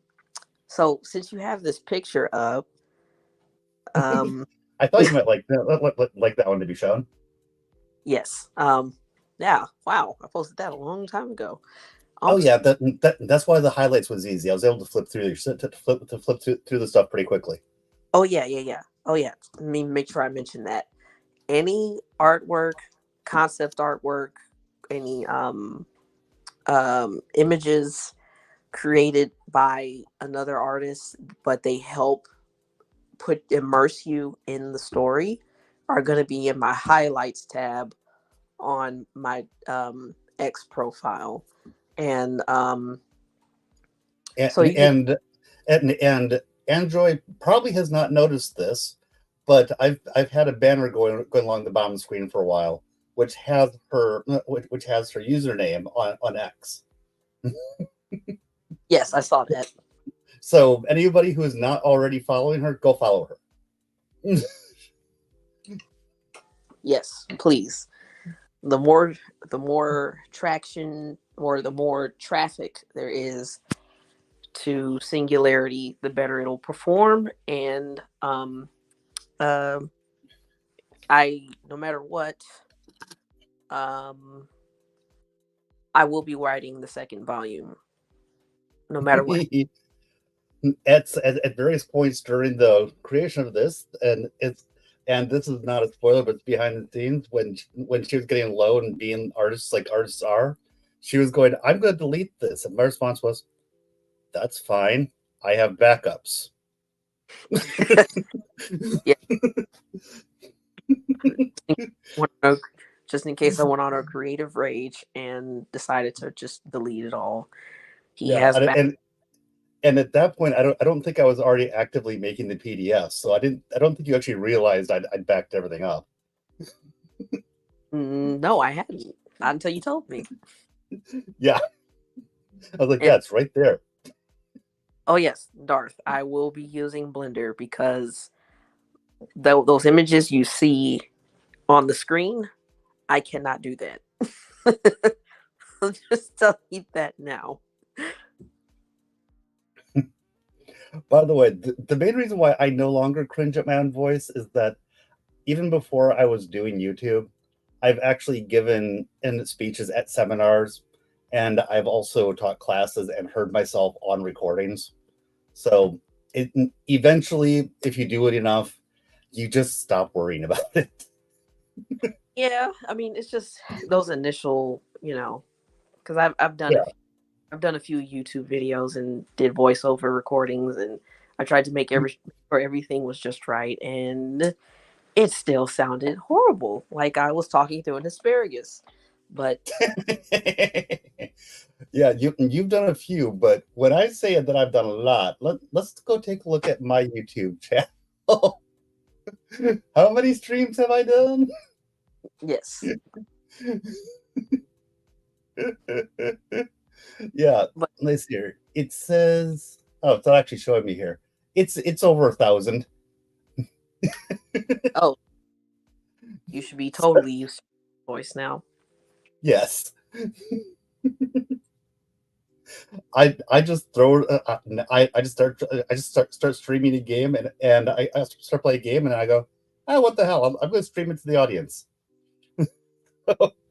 Yeah, I'm very very not self conscious about my voice for the most part. That's good. That's very good. But yeah, focusing on these images that you see on the screen. Um, so Singularity is both utopian and dystopian. They coexist, and sometimes they commingle, and sometimes they don't. So this is where it's similar to Mass Effect. If you look at the differences between Omega and the Citadel, one kind of dystopian, the other kind of looks utopian. But even there's even parts of the Citadel that are kind of run down, and I believe it's mentioned in the third game. But there are orphans on the Citadel that hide in the In the exhaust ducts. pipe and the Yep. tunnels and everything. Oh yeah. So even though the Citadel is bright and it's clean and full of shops and rich people and all these places to eat and hang out, you still see bits and pieces of its darker underbelly um, in certain missions. Yes, you're right, Annihilus. It's utopian for those who are well to do. Absolutely. And so the world of Singularity kind of mirrors that, um, especially on planets where there are large metropolitans. Um, so like Millennia, the city where the Hexacon headquarters or the Spire, it's called the Spire, um, where the Spire is, where the GIB is. It's much so upbuilt, updated. Everything's new. Um, they make sure that the waterways are clean. They make sure the streets are clean because not only is it the galactic hub, it is also a very touristy attraction. And um, so they have to show people this is this is who we are. This is what we do. But unfortunately, um, there are parts of the galaxy that the hexagon has neglected or they overlook. And yes, not so you are right. The future of Singularity is as screwed and unscrewed as our modern world. But um it's also in the world of Singularity, it's also a little bit easier to get out of poverty than it is in our world. Um and it has to do more so with the fact that most species have had to set aside their petty differences within their societies so that they could become spacefaring. So, with Iberians, you're talking about as a very, very ancient species that had to learn how to get along with one another. The Bacarians, they had to learn how to get over their own stuff. And it was important for them to do that so that they could survive. And when we meet humanity in Singularity in 2186, humanity has learned that too. And so you will see more of what it is that humanity had to endure in the next volume and in volume 3 and in volume 4, and without being super exposition heavy, you'll start to put it together yourself what Mm-hmm. happened. Their past mirrors our present Earth. Yes. So, World War One happened, World War Two happened, um, the Gulf War, the Persian War, um, Desert Storm, all of that happened. But up till about, let's see, I'll say like up till about 1990, everything is the same. You get to 1990, and then things just get very, very different. And in that way, that's how Singularity becomes cyberpunk. The year 1990 is when things really start to change, and everything after that, it changes by leaps and bounds. And the Earth that we know is not the Earth that they knew in 1990. So between 1990 and 2186, so much has happened to humanity, and it's so different from what we have experienced between 1990 and 2024. And you're going to be like, okay, I would gladly take this reality over that one. Yep. Because, um, yeah, just much like humanity in Mass Effect, we don't really spend a whole lot of time on Earth in Mass Effect, but you kind of get the idea that disease, cancer, and all of that has been wiped out in Mass Effect. Like everyone basically lives well. Oh, that's Mm-hmm. interesting about Babylon 5. Yep. That's why I was just leaving it up there. I thought you might like to see that. Babylon 5, which Mass Effect was inspired by, was also utopian and dystopian. 5 mile long space station in neutral territory. In brown and gray sector in particular. That's where a lot of Babylon 5's black market found life. you're definitely right about that. And then also saying Babylon 5 was Mass Effect before Mass Effect. Yes, I have. And I'm gonna and I know what your response to this one is. You are, as far as you've told me, you are definitely intending to make physical book if at all possible. Absolutely. There, when I'm done editing, there will be a crowdfunding campaign so that it can fund the printing of the book, both soft cover and hardcover. And of course, there will be a digital version, but the digital version will not um so the digital version will just be chapters 1 through 19 and the epilogue. The physical copy, I'm going to try my best to put some artwork in there for the physical copy. And the artwork is more than likely going to be in black and white, because if all goes well or exceeds my expectations, um, there will be an art book, and the Mm-hmm. art book color. And I just want to quickly answer to Shamangla. This is the book. The first 50 minutes or so was me reading the second chapter. And at that point, I just kind of dragged the author of the book, Anjoy, who's talking to me right now, on. And we randomly talked for about like 10, 15 minutes. And now we're getting the author actually talking about the writing of the book.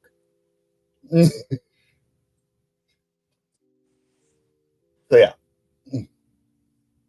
Yes, you are right, Nihilus. Now, as far as this goes, it all depends. Do I prefer reading a physical book? Yes.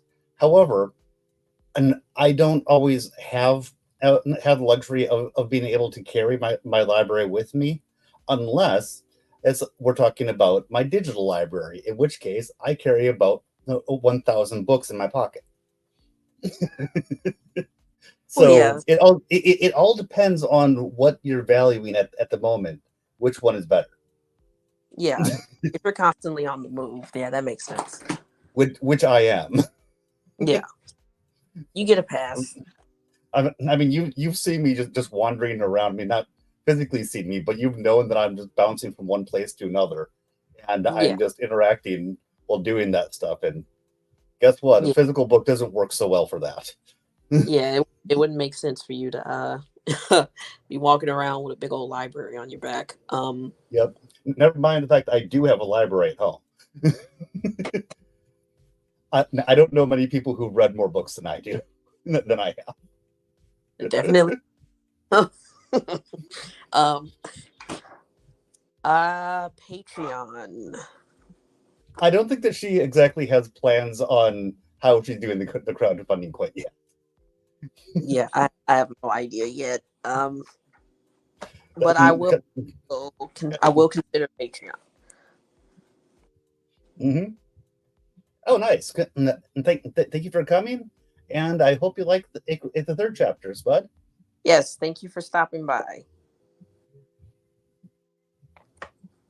Not so you have no idea how many things I have in both physical and digital. I have a lot in both formats.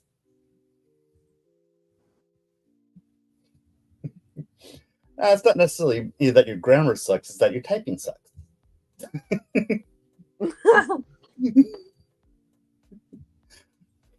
This is what I meant. He's saying, why not both? Buy physical or digital, then buy both, then correct it himself. And then he says grammar sucks. That's why I'm saying, no, just your typing.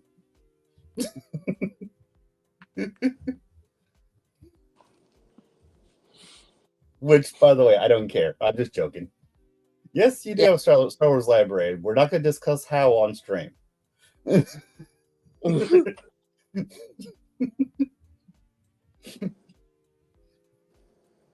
Oh, yeah.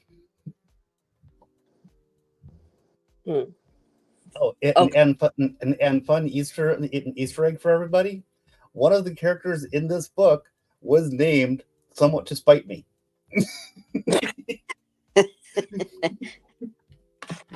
The joke's on her, though. I absolutely love that she did it. Yes. Yeah.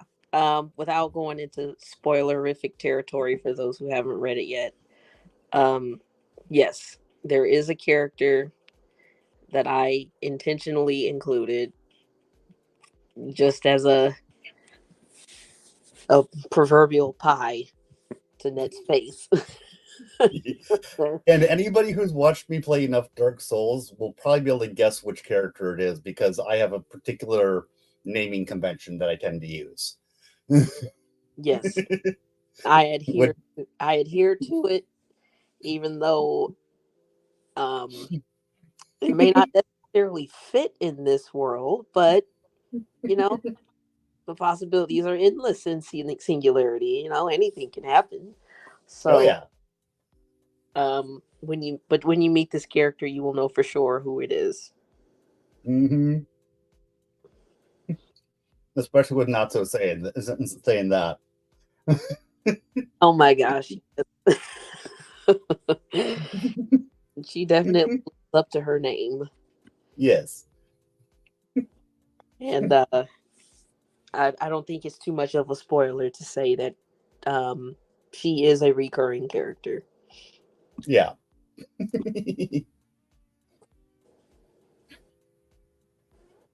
So yeah, and I've also pulled up your drawing of Genesis. Would you let me show that one? Oh, I didn't even talk about these images here. Oh, sorry, my bad. Oh, okay. I've got lots of tabs open. Oh, okay. So, yeah, these images just kind of give you an idea of what the worlds in Singularity look like. Um, so so every species has a distinctive ship design. Um, and when I get around to drawing the ships, I it will be obvious that they are, like the Vrock are, and I do believe I have brief descriptions of each species in my highlights tab, so it's not spoilery if I explain it here. Yeah, But yep, yes, you do. I was considering actually linking that below my below my the post for for the stream. okay, cool. So yeah, so the Vrock are basically the tanks of the universe. Of course, there are alien species that are bigger than them, heavier than them, fiercer than them. But as far as um, like species that are recognized by the hexagon as being a part of the hexagon controlled space, um, the Vrock are the big guns. So they are very sturdy, very strong people. And I do believe I put the stats for their species in a highlight in my highlights tab, but they are very very tall, um, and they are very strong, and they have a distinct dermal plating, so that they are technically bulletproof. Um, but you will meet more of this species as the story goes on. Um, and of course, there are the Bacarians and the Iberians, but their ship design speaks to their culture. And as you learn about their cultures, their distinct cultures, you'll see why their ships are designed the way that they are. And, so this ship on the bottom right is kind of where I was going with Genesis ship, but her ship is not as polished as that. Um, it's a little bit more. Let's see, how would I say this? Okay, okay. This is actually funny, but so if it's 2024 and you have a brand new car, her ship would essentially be like a 2002 Toyota Camry. So, um, So, you so know, yeah, a blown up version of it for you. yes, thank you. So, yeah, her ship, it is human made. It was originally intended for like cargo pickups. So it is not as aerodynamic as other ships. Um, it is a little bit heavy on the heavy side. It's on the sturdy side, so it could hold its own in a firefight, but it is not the type of ship that you will want to take into a firefight. Um, You can survive a firefight in it, but you don't. But it's not one of those things that you really want to do it in. yeah, you wouldn't want it to be your first choice if you have to go into a fight. But yeah, it's more of an industrial class ship.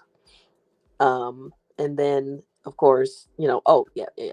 And then that ship, of course, is more for like leisure and luxury.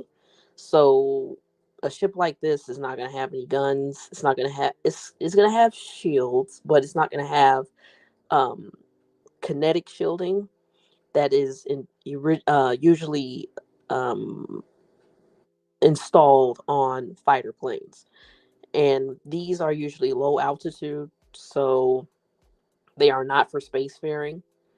And that's going to be obvious in the ship designs when I get around to creating them, because there are different ship classes. There are leisure ships, there are luxury ships, there are cargo ships, there are combat ships, there are medical rigs, and they will all have distinctive appearances. It's not like everyone's driving around in the same thing in the galaxy. So no, I really do want this world or this universe to be very distinctive in how everything looks. And so the environments are going to be very, very different, even if they are described as metropolises, like Millennia and Avrilla. Avrilla is mentioned because that is where Bor and Genesis live. That's the planet that they live on. They do not live on Eon. Avrilla has its own metropolis, but it does not look like Millennia. And then, of course, you're introduced to Perth City in the first chapter, and it's basically a desolate wasteland because the planet is basically turning into a giant desert. It's turning into Dune. Yes, very much so. But if you pay attention to the details in the writing, it says, or I think Tarek mentions it to Genesis, that not everyone left the planet. Some went underground. I did catch that. So, yes, even though sometimes characters say things and they it's very deliberate, and it's like never say never. So, Yep. uh, Hmm. and the image that's on the screen now, that's kind of what Avrilla looks like. Or is that, I think that's Curiath. That one's Kiriath. Yeah, Kiriath. Yes. Okay. It's a city named Jor Arim on the planet Kiriath. Yes. So Jor Arim is another city, and it's very distinctive. It does not look like, so Millennia is like, let's see, it's like New York City on steroids. Millennia. It's a huge. It's not a planet that's a city like Coruscant. It's not like that, but it is a very, very large metropolis, and 1.6 billion people live. It looks like it's a vertical city, basically. I mean, when I say vertical, I mean like skyscrapers and stuff. Yes, yes. Millennia is very much so a city where people live vertically as opposed to horizontally. Now, there are people that do live, they're on the, they walk around on the ground, on the surface of the planet, but there's also a lot of activity that goes on above their heads. It's Makes not like, sense. yeah, it's not like there's just offices upon offices upon offices and penthouses up there. um it is very much so very busy, and it's very much so like the mega cities from Judge Dredd, but not as rundown and dystopian as Judge Dredd mega cities. So so it's the so some of the residences in Millennia um will have a central courtyard, and then there'll be apartments above several stories of shops. There's grocery stores. um there might even be like a hollow film theater. There's no DVDs, no Blu-rays, no digital, nothing. It's hollow. It's all hollow film. The internet is called the HoloNet. It's not the internet, it's not Wi-Fi, it is the HoloNet, because they aliens have refined quantum technology so that if you can receive information instantaneously as if you are there when it as it's unfolding, like it's like going live. Quantum tunneling is fun. Yeah. I think you and I might have talked about that a little bit as you were coming up with that, because I Yes. actually know because I know quite a bit about that I because I actually know a little bit about quantum computing. So Yes. So they have basically perfected being able to send information across the galaxy instantaneously. yep. So um if you're at the core of the Milky Way, you could send someone a message on the outer rim of the Milky Way and they'll get it within a few minutes. So that's why everything has been converted to the HoloNet. And that's what hmm and that's what connects everybody. But yes, you will find. It's like the force. It's the thing that binds us.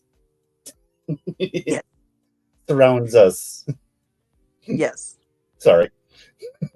But yeah, so there are some metropolises that are very New Yorkish, with all the advertisements going up into the sky, and very festive, very busy. They never sleep. But then there also are metropolises where it's like, okay, it's 10 p.m., turn everything off, time to go to bed. And, you know, so they're very unique. But Millennia is definitely the central hub um, of the Singularity universe. And I'll say this now: Millennia has been around for uh, Millennials. yes, it's one of the oldest cities in the galaxy. It is. I honestly, I said that jokingly, but that is kind of what I took from the name when I first read it. It was probably called Millennia because it's been around for millennia. Yes, yes. It's actually. I'm not going to put an exact number on it because spoilerific territory. But Yeah, I've been trying to leave any spoilers that you want to make up to you. So I've been trying to limit myself to earlier stuff that I say, mhm, but whatever you want to share, you go right yeah, okay. ahead. Millennia is actually closer to being like 2 million years old. Nice. Yeah. So Millennia is it's a very, very, very old city. And the fact that it's still around shows how important it is. And when Genesis is going to Millennia, there are some superstructures that surround the planet. And that is a testimony to how old the planet is. And those superstructures are more important than you think. If they have survived, I would imagine so. Hmm? I said if they've survived, I imagine so.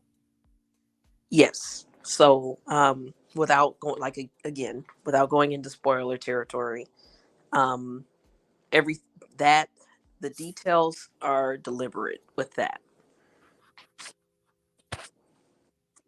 Okay, more images. Yes, yes, yes. Yep, Yeah. So you were talking about more of the planets, so I thought I'd pull up the other one that was showing planetary images. yeah. So the image in the bottom left that kind of gives you an idea of what the spire looks like. Um, and that is where the hexagon does all their business. They do all the deliberating. Um, and it's not just the yeah, perfect. Um, but there's yeah, it's surrounded by a larger body of water, and um, they so the spire was not there 2 million years ago. I'll say that when millennia was established as a city, the spire was not there. So there's a bit of lore behind that. Again, um, that I will not go into because it will be revealed in the writing later. Okay. Shall I pull up another one? Yeah, go ahead. Okay. So, like I mentioned before, not all planets are built up and metropolitan and glitzy and glammy and full of life and everything. Some planets have been forgotten by the hexagon, like I mentioned before, and they've basically been left to defend themselves. And this is kind of where the grim dark future comes into play, like, like in Warhammer. Um, and Oh, so I am not completely. Oh, the QEC is in the quantum stuff. Sorry, I'll try to figure out what he meant by QEC. So quantum something something. quantum, Quantum entanglement. Yeah. Okay. Sorry. yeah, You go ahead. I just wanted to acknowledge. I hate not acknowledging people in the chat. yeah, I appreciate it when you bring up the uh, what's it called? When you bring They're just chats. I don't have super chats written like that. okay, but still, there's sometimes I can't see the questions or Oh um, no, I know. But you're, like I said, you're on a computer. You're not on a computer. You don't have a very large screen, so for you to actually see the chat, it's a pain in the ass. yeah. So I appreciate you putting it up there so I can address it. But Mhm. so you're gonna have planets that are inhabited, but they're very sparsely or sparsely, whatever, um inhabited, and not every star system has a new sun. So there will be some planets that do have an old they have a you know they have an old sun, they have an old star, and um there are and I do have a map of all the you don't have to pull it up, but I do have a map of all of the um all of the star systems that have been charted, but that doesn't mean that aren't any other star systems in Singularity. Those are Let's just the ones recognized by Hexagon Space. see.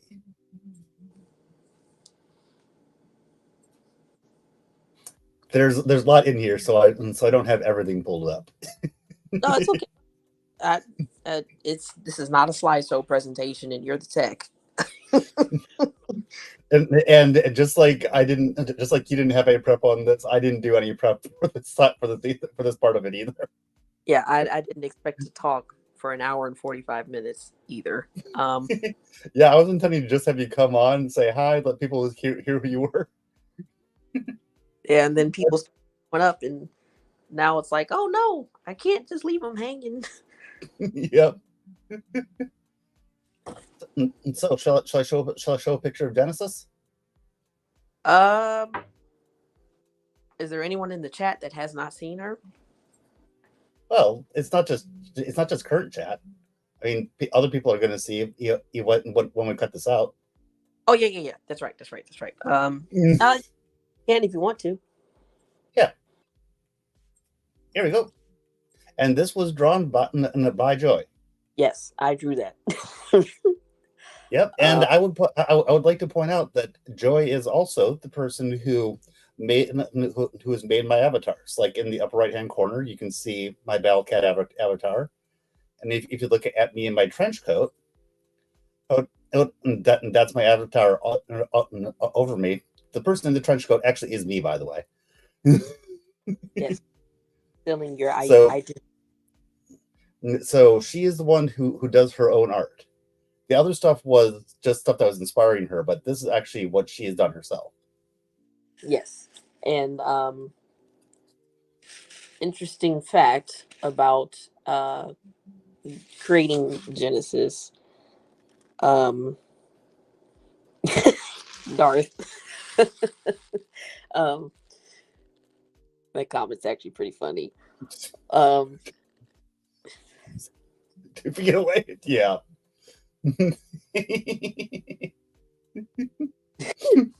oh no. Um, so when it came to Genesis creation, I wanted to create a character that doesn't look like anybody.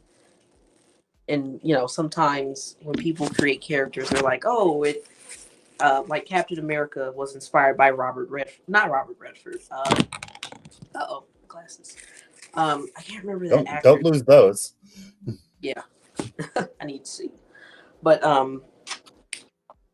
I think it is Robert Redford. I think Captain America was inspired by Robert Redford. When they created Captain America, they said we want him to look like Robert Redford, and um, I didn't want that with Genesis. I didn't want anyone to say, "Oh, she looks like this actress," or "Oh, she looks like that actress," or this. It's like no. I wanted her to have her own unique look, and um, while she may have been inspired by certain characters, like I mentioned before, she was inspired by Ripley in partially inspired by Ripley. I didn't want her to look like Ripley Yeah. because I want her to have her own unique identity to the story. So when they look at her, I don't want people to say, "Oh, this is like an alien story because she looks like Sigourney Weaver." I don't know. I don't want that kind of uh, parallel to exist because while there are elements of Alien that are going to be present in in the story, it's not a carbon copy of Alien. Mm-hmm. Cool. Yeah, trying to find out what she was going to look like. It took me about 3 weeks to determine um, what she was going to look like because there were several other versions of her and it just didn't feel right. So this is going to be her final design. And if anything, pictures of her are just going to get more realistic.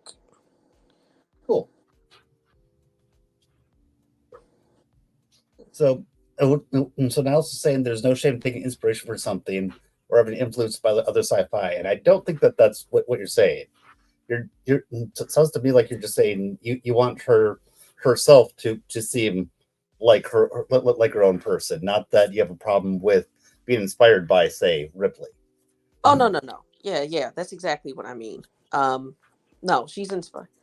Um, no, uh, no, I Singularity wouldn't exist without Mass Effect. If I was trying to do my own thing completely, then I wouldn't have written anything. Um,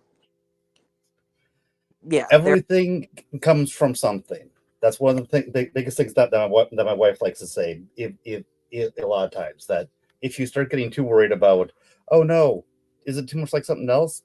Well, a lot of things have that happen, but we need Tolkien to have other things that have piggyback forward.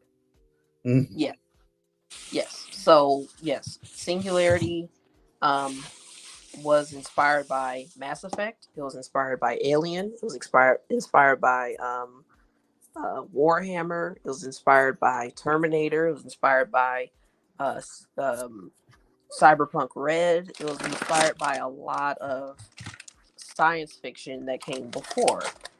I have no problem in admitting that. Um,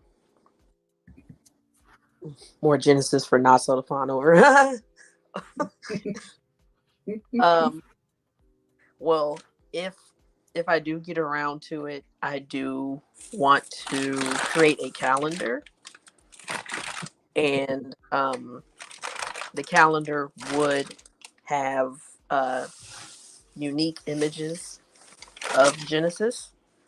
Um, I know that Natso is a man's man, and he has been asking for pictures of Genesis in leisure wear. So Yes, yes. I I will make that happen. I will. I promise. I promise. I will make that happen. Um, and then of course there are other female characters. For all you furries out there, uh, there are other female characters that will be. There will be concept art of them, and there are also other human female characters that are introduced in the first volume, and there will be more characters that come in the second volume that weren't in the first volume. So, um, He's he said that a while ago. yeah, yes. Um, as far as them furry, they're actually not. They're no none of them. They don't have fur. They actually don't. None of them. Okay. Ernac Ernacs are basically reptilian armadillo gerbils, and um, and so more reptilian than anything, and so they have no fur. Bacarians, they have no fur. They just have spots on their skin and spikes. And Iberians, they don't have any fur. They could grow beards, but no, as far as like hair is concerned, they are all smooth skinned. Um, but what's it called? Female Iberians do have hair on top of their head, but they're not furry. They have skin like bare skin like humans. I wanted to make sure, like, even though what is that?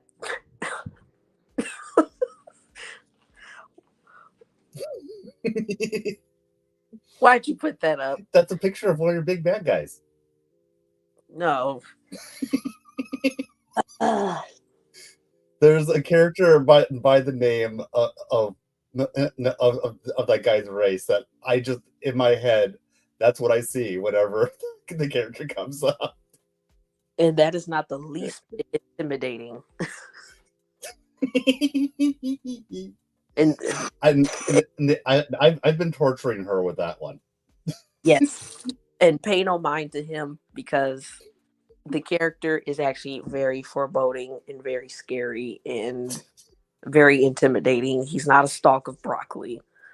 Will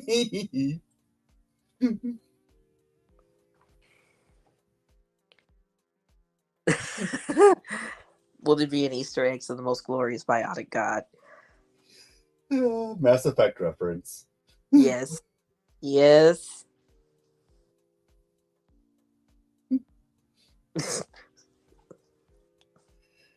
We don't have bear skin. Yes, I know. Some of us look like Magilla Gorilla.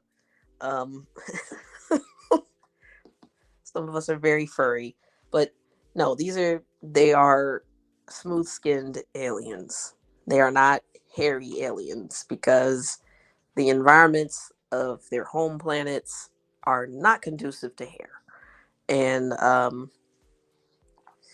yeah, hair, furry, being hairy and fuzzy and all this stuff, it's really not conducive to space travel. That's why you put hats on and things. I guess.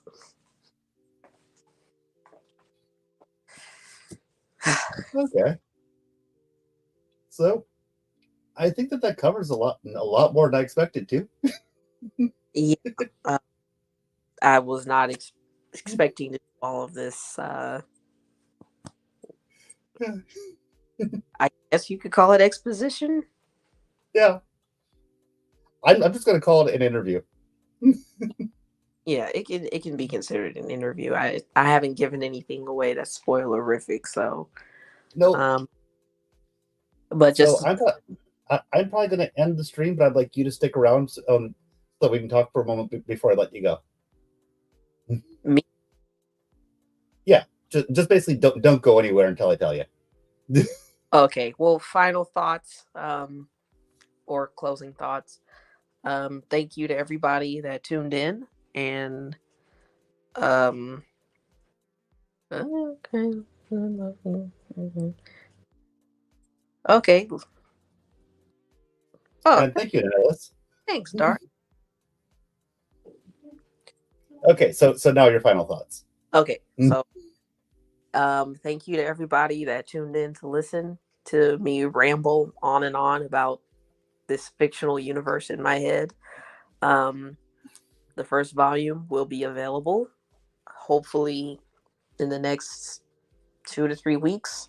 It depends on how quickly I can get the editing done and then, get around to crowdfunding the publishing of the book for physical copies for those that want them. There definitely will be a second volume. I am developing the plot for it right now. There'll be artwork to come, concept art of the planets and the ships and everything. And just make sure that you tell all your friends that like science fiction, they like sci-fi fantasy, they like adventure, mystery, in a futuristic setting. Make sure you tell them about Singularity because I am an indie author and I'm not a part of a publishing house. I don't have any famous people backing me or anything like that. So word of mouth is how this is going to get spread, and this is how independent projects by other authors and artists and video game developers. This is how it gets out there. This is how it gets traction. Is word of mouth. So make sure you share. Singularity being released very soon with as many people as you can. Every effort is greatly appreciated. I'm very excited about its official release. Um, so far, the reception has been, it exceeds my expectations. So I am very grateful to everyone that has taken the time to read Singularity and even be remotely interested in it. But there's definitely more to come. Cool. And for anyone who didn't notice, I just put the thumbnail of the stream on the stream. So a little bit of inception there.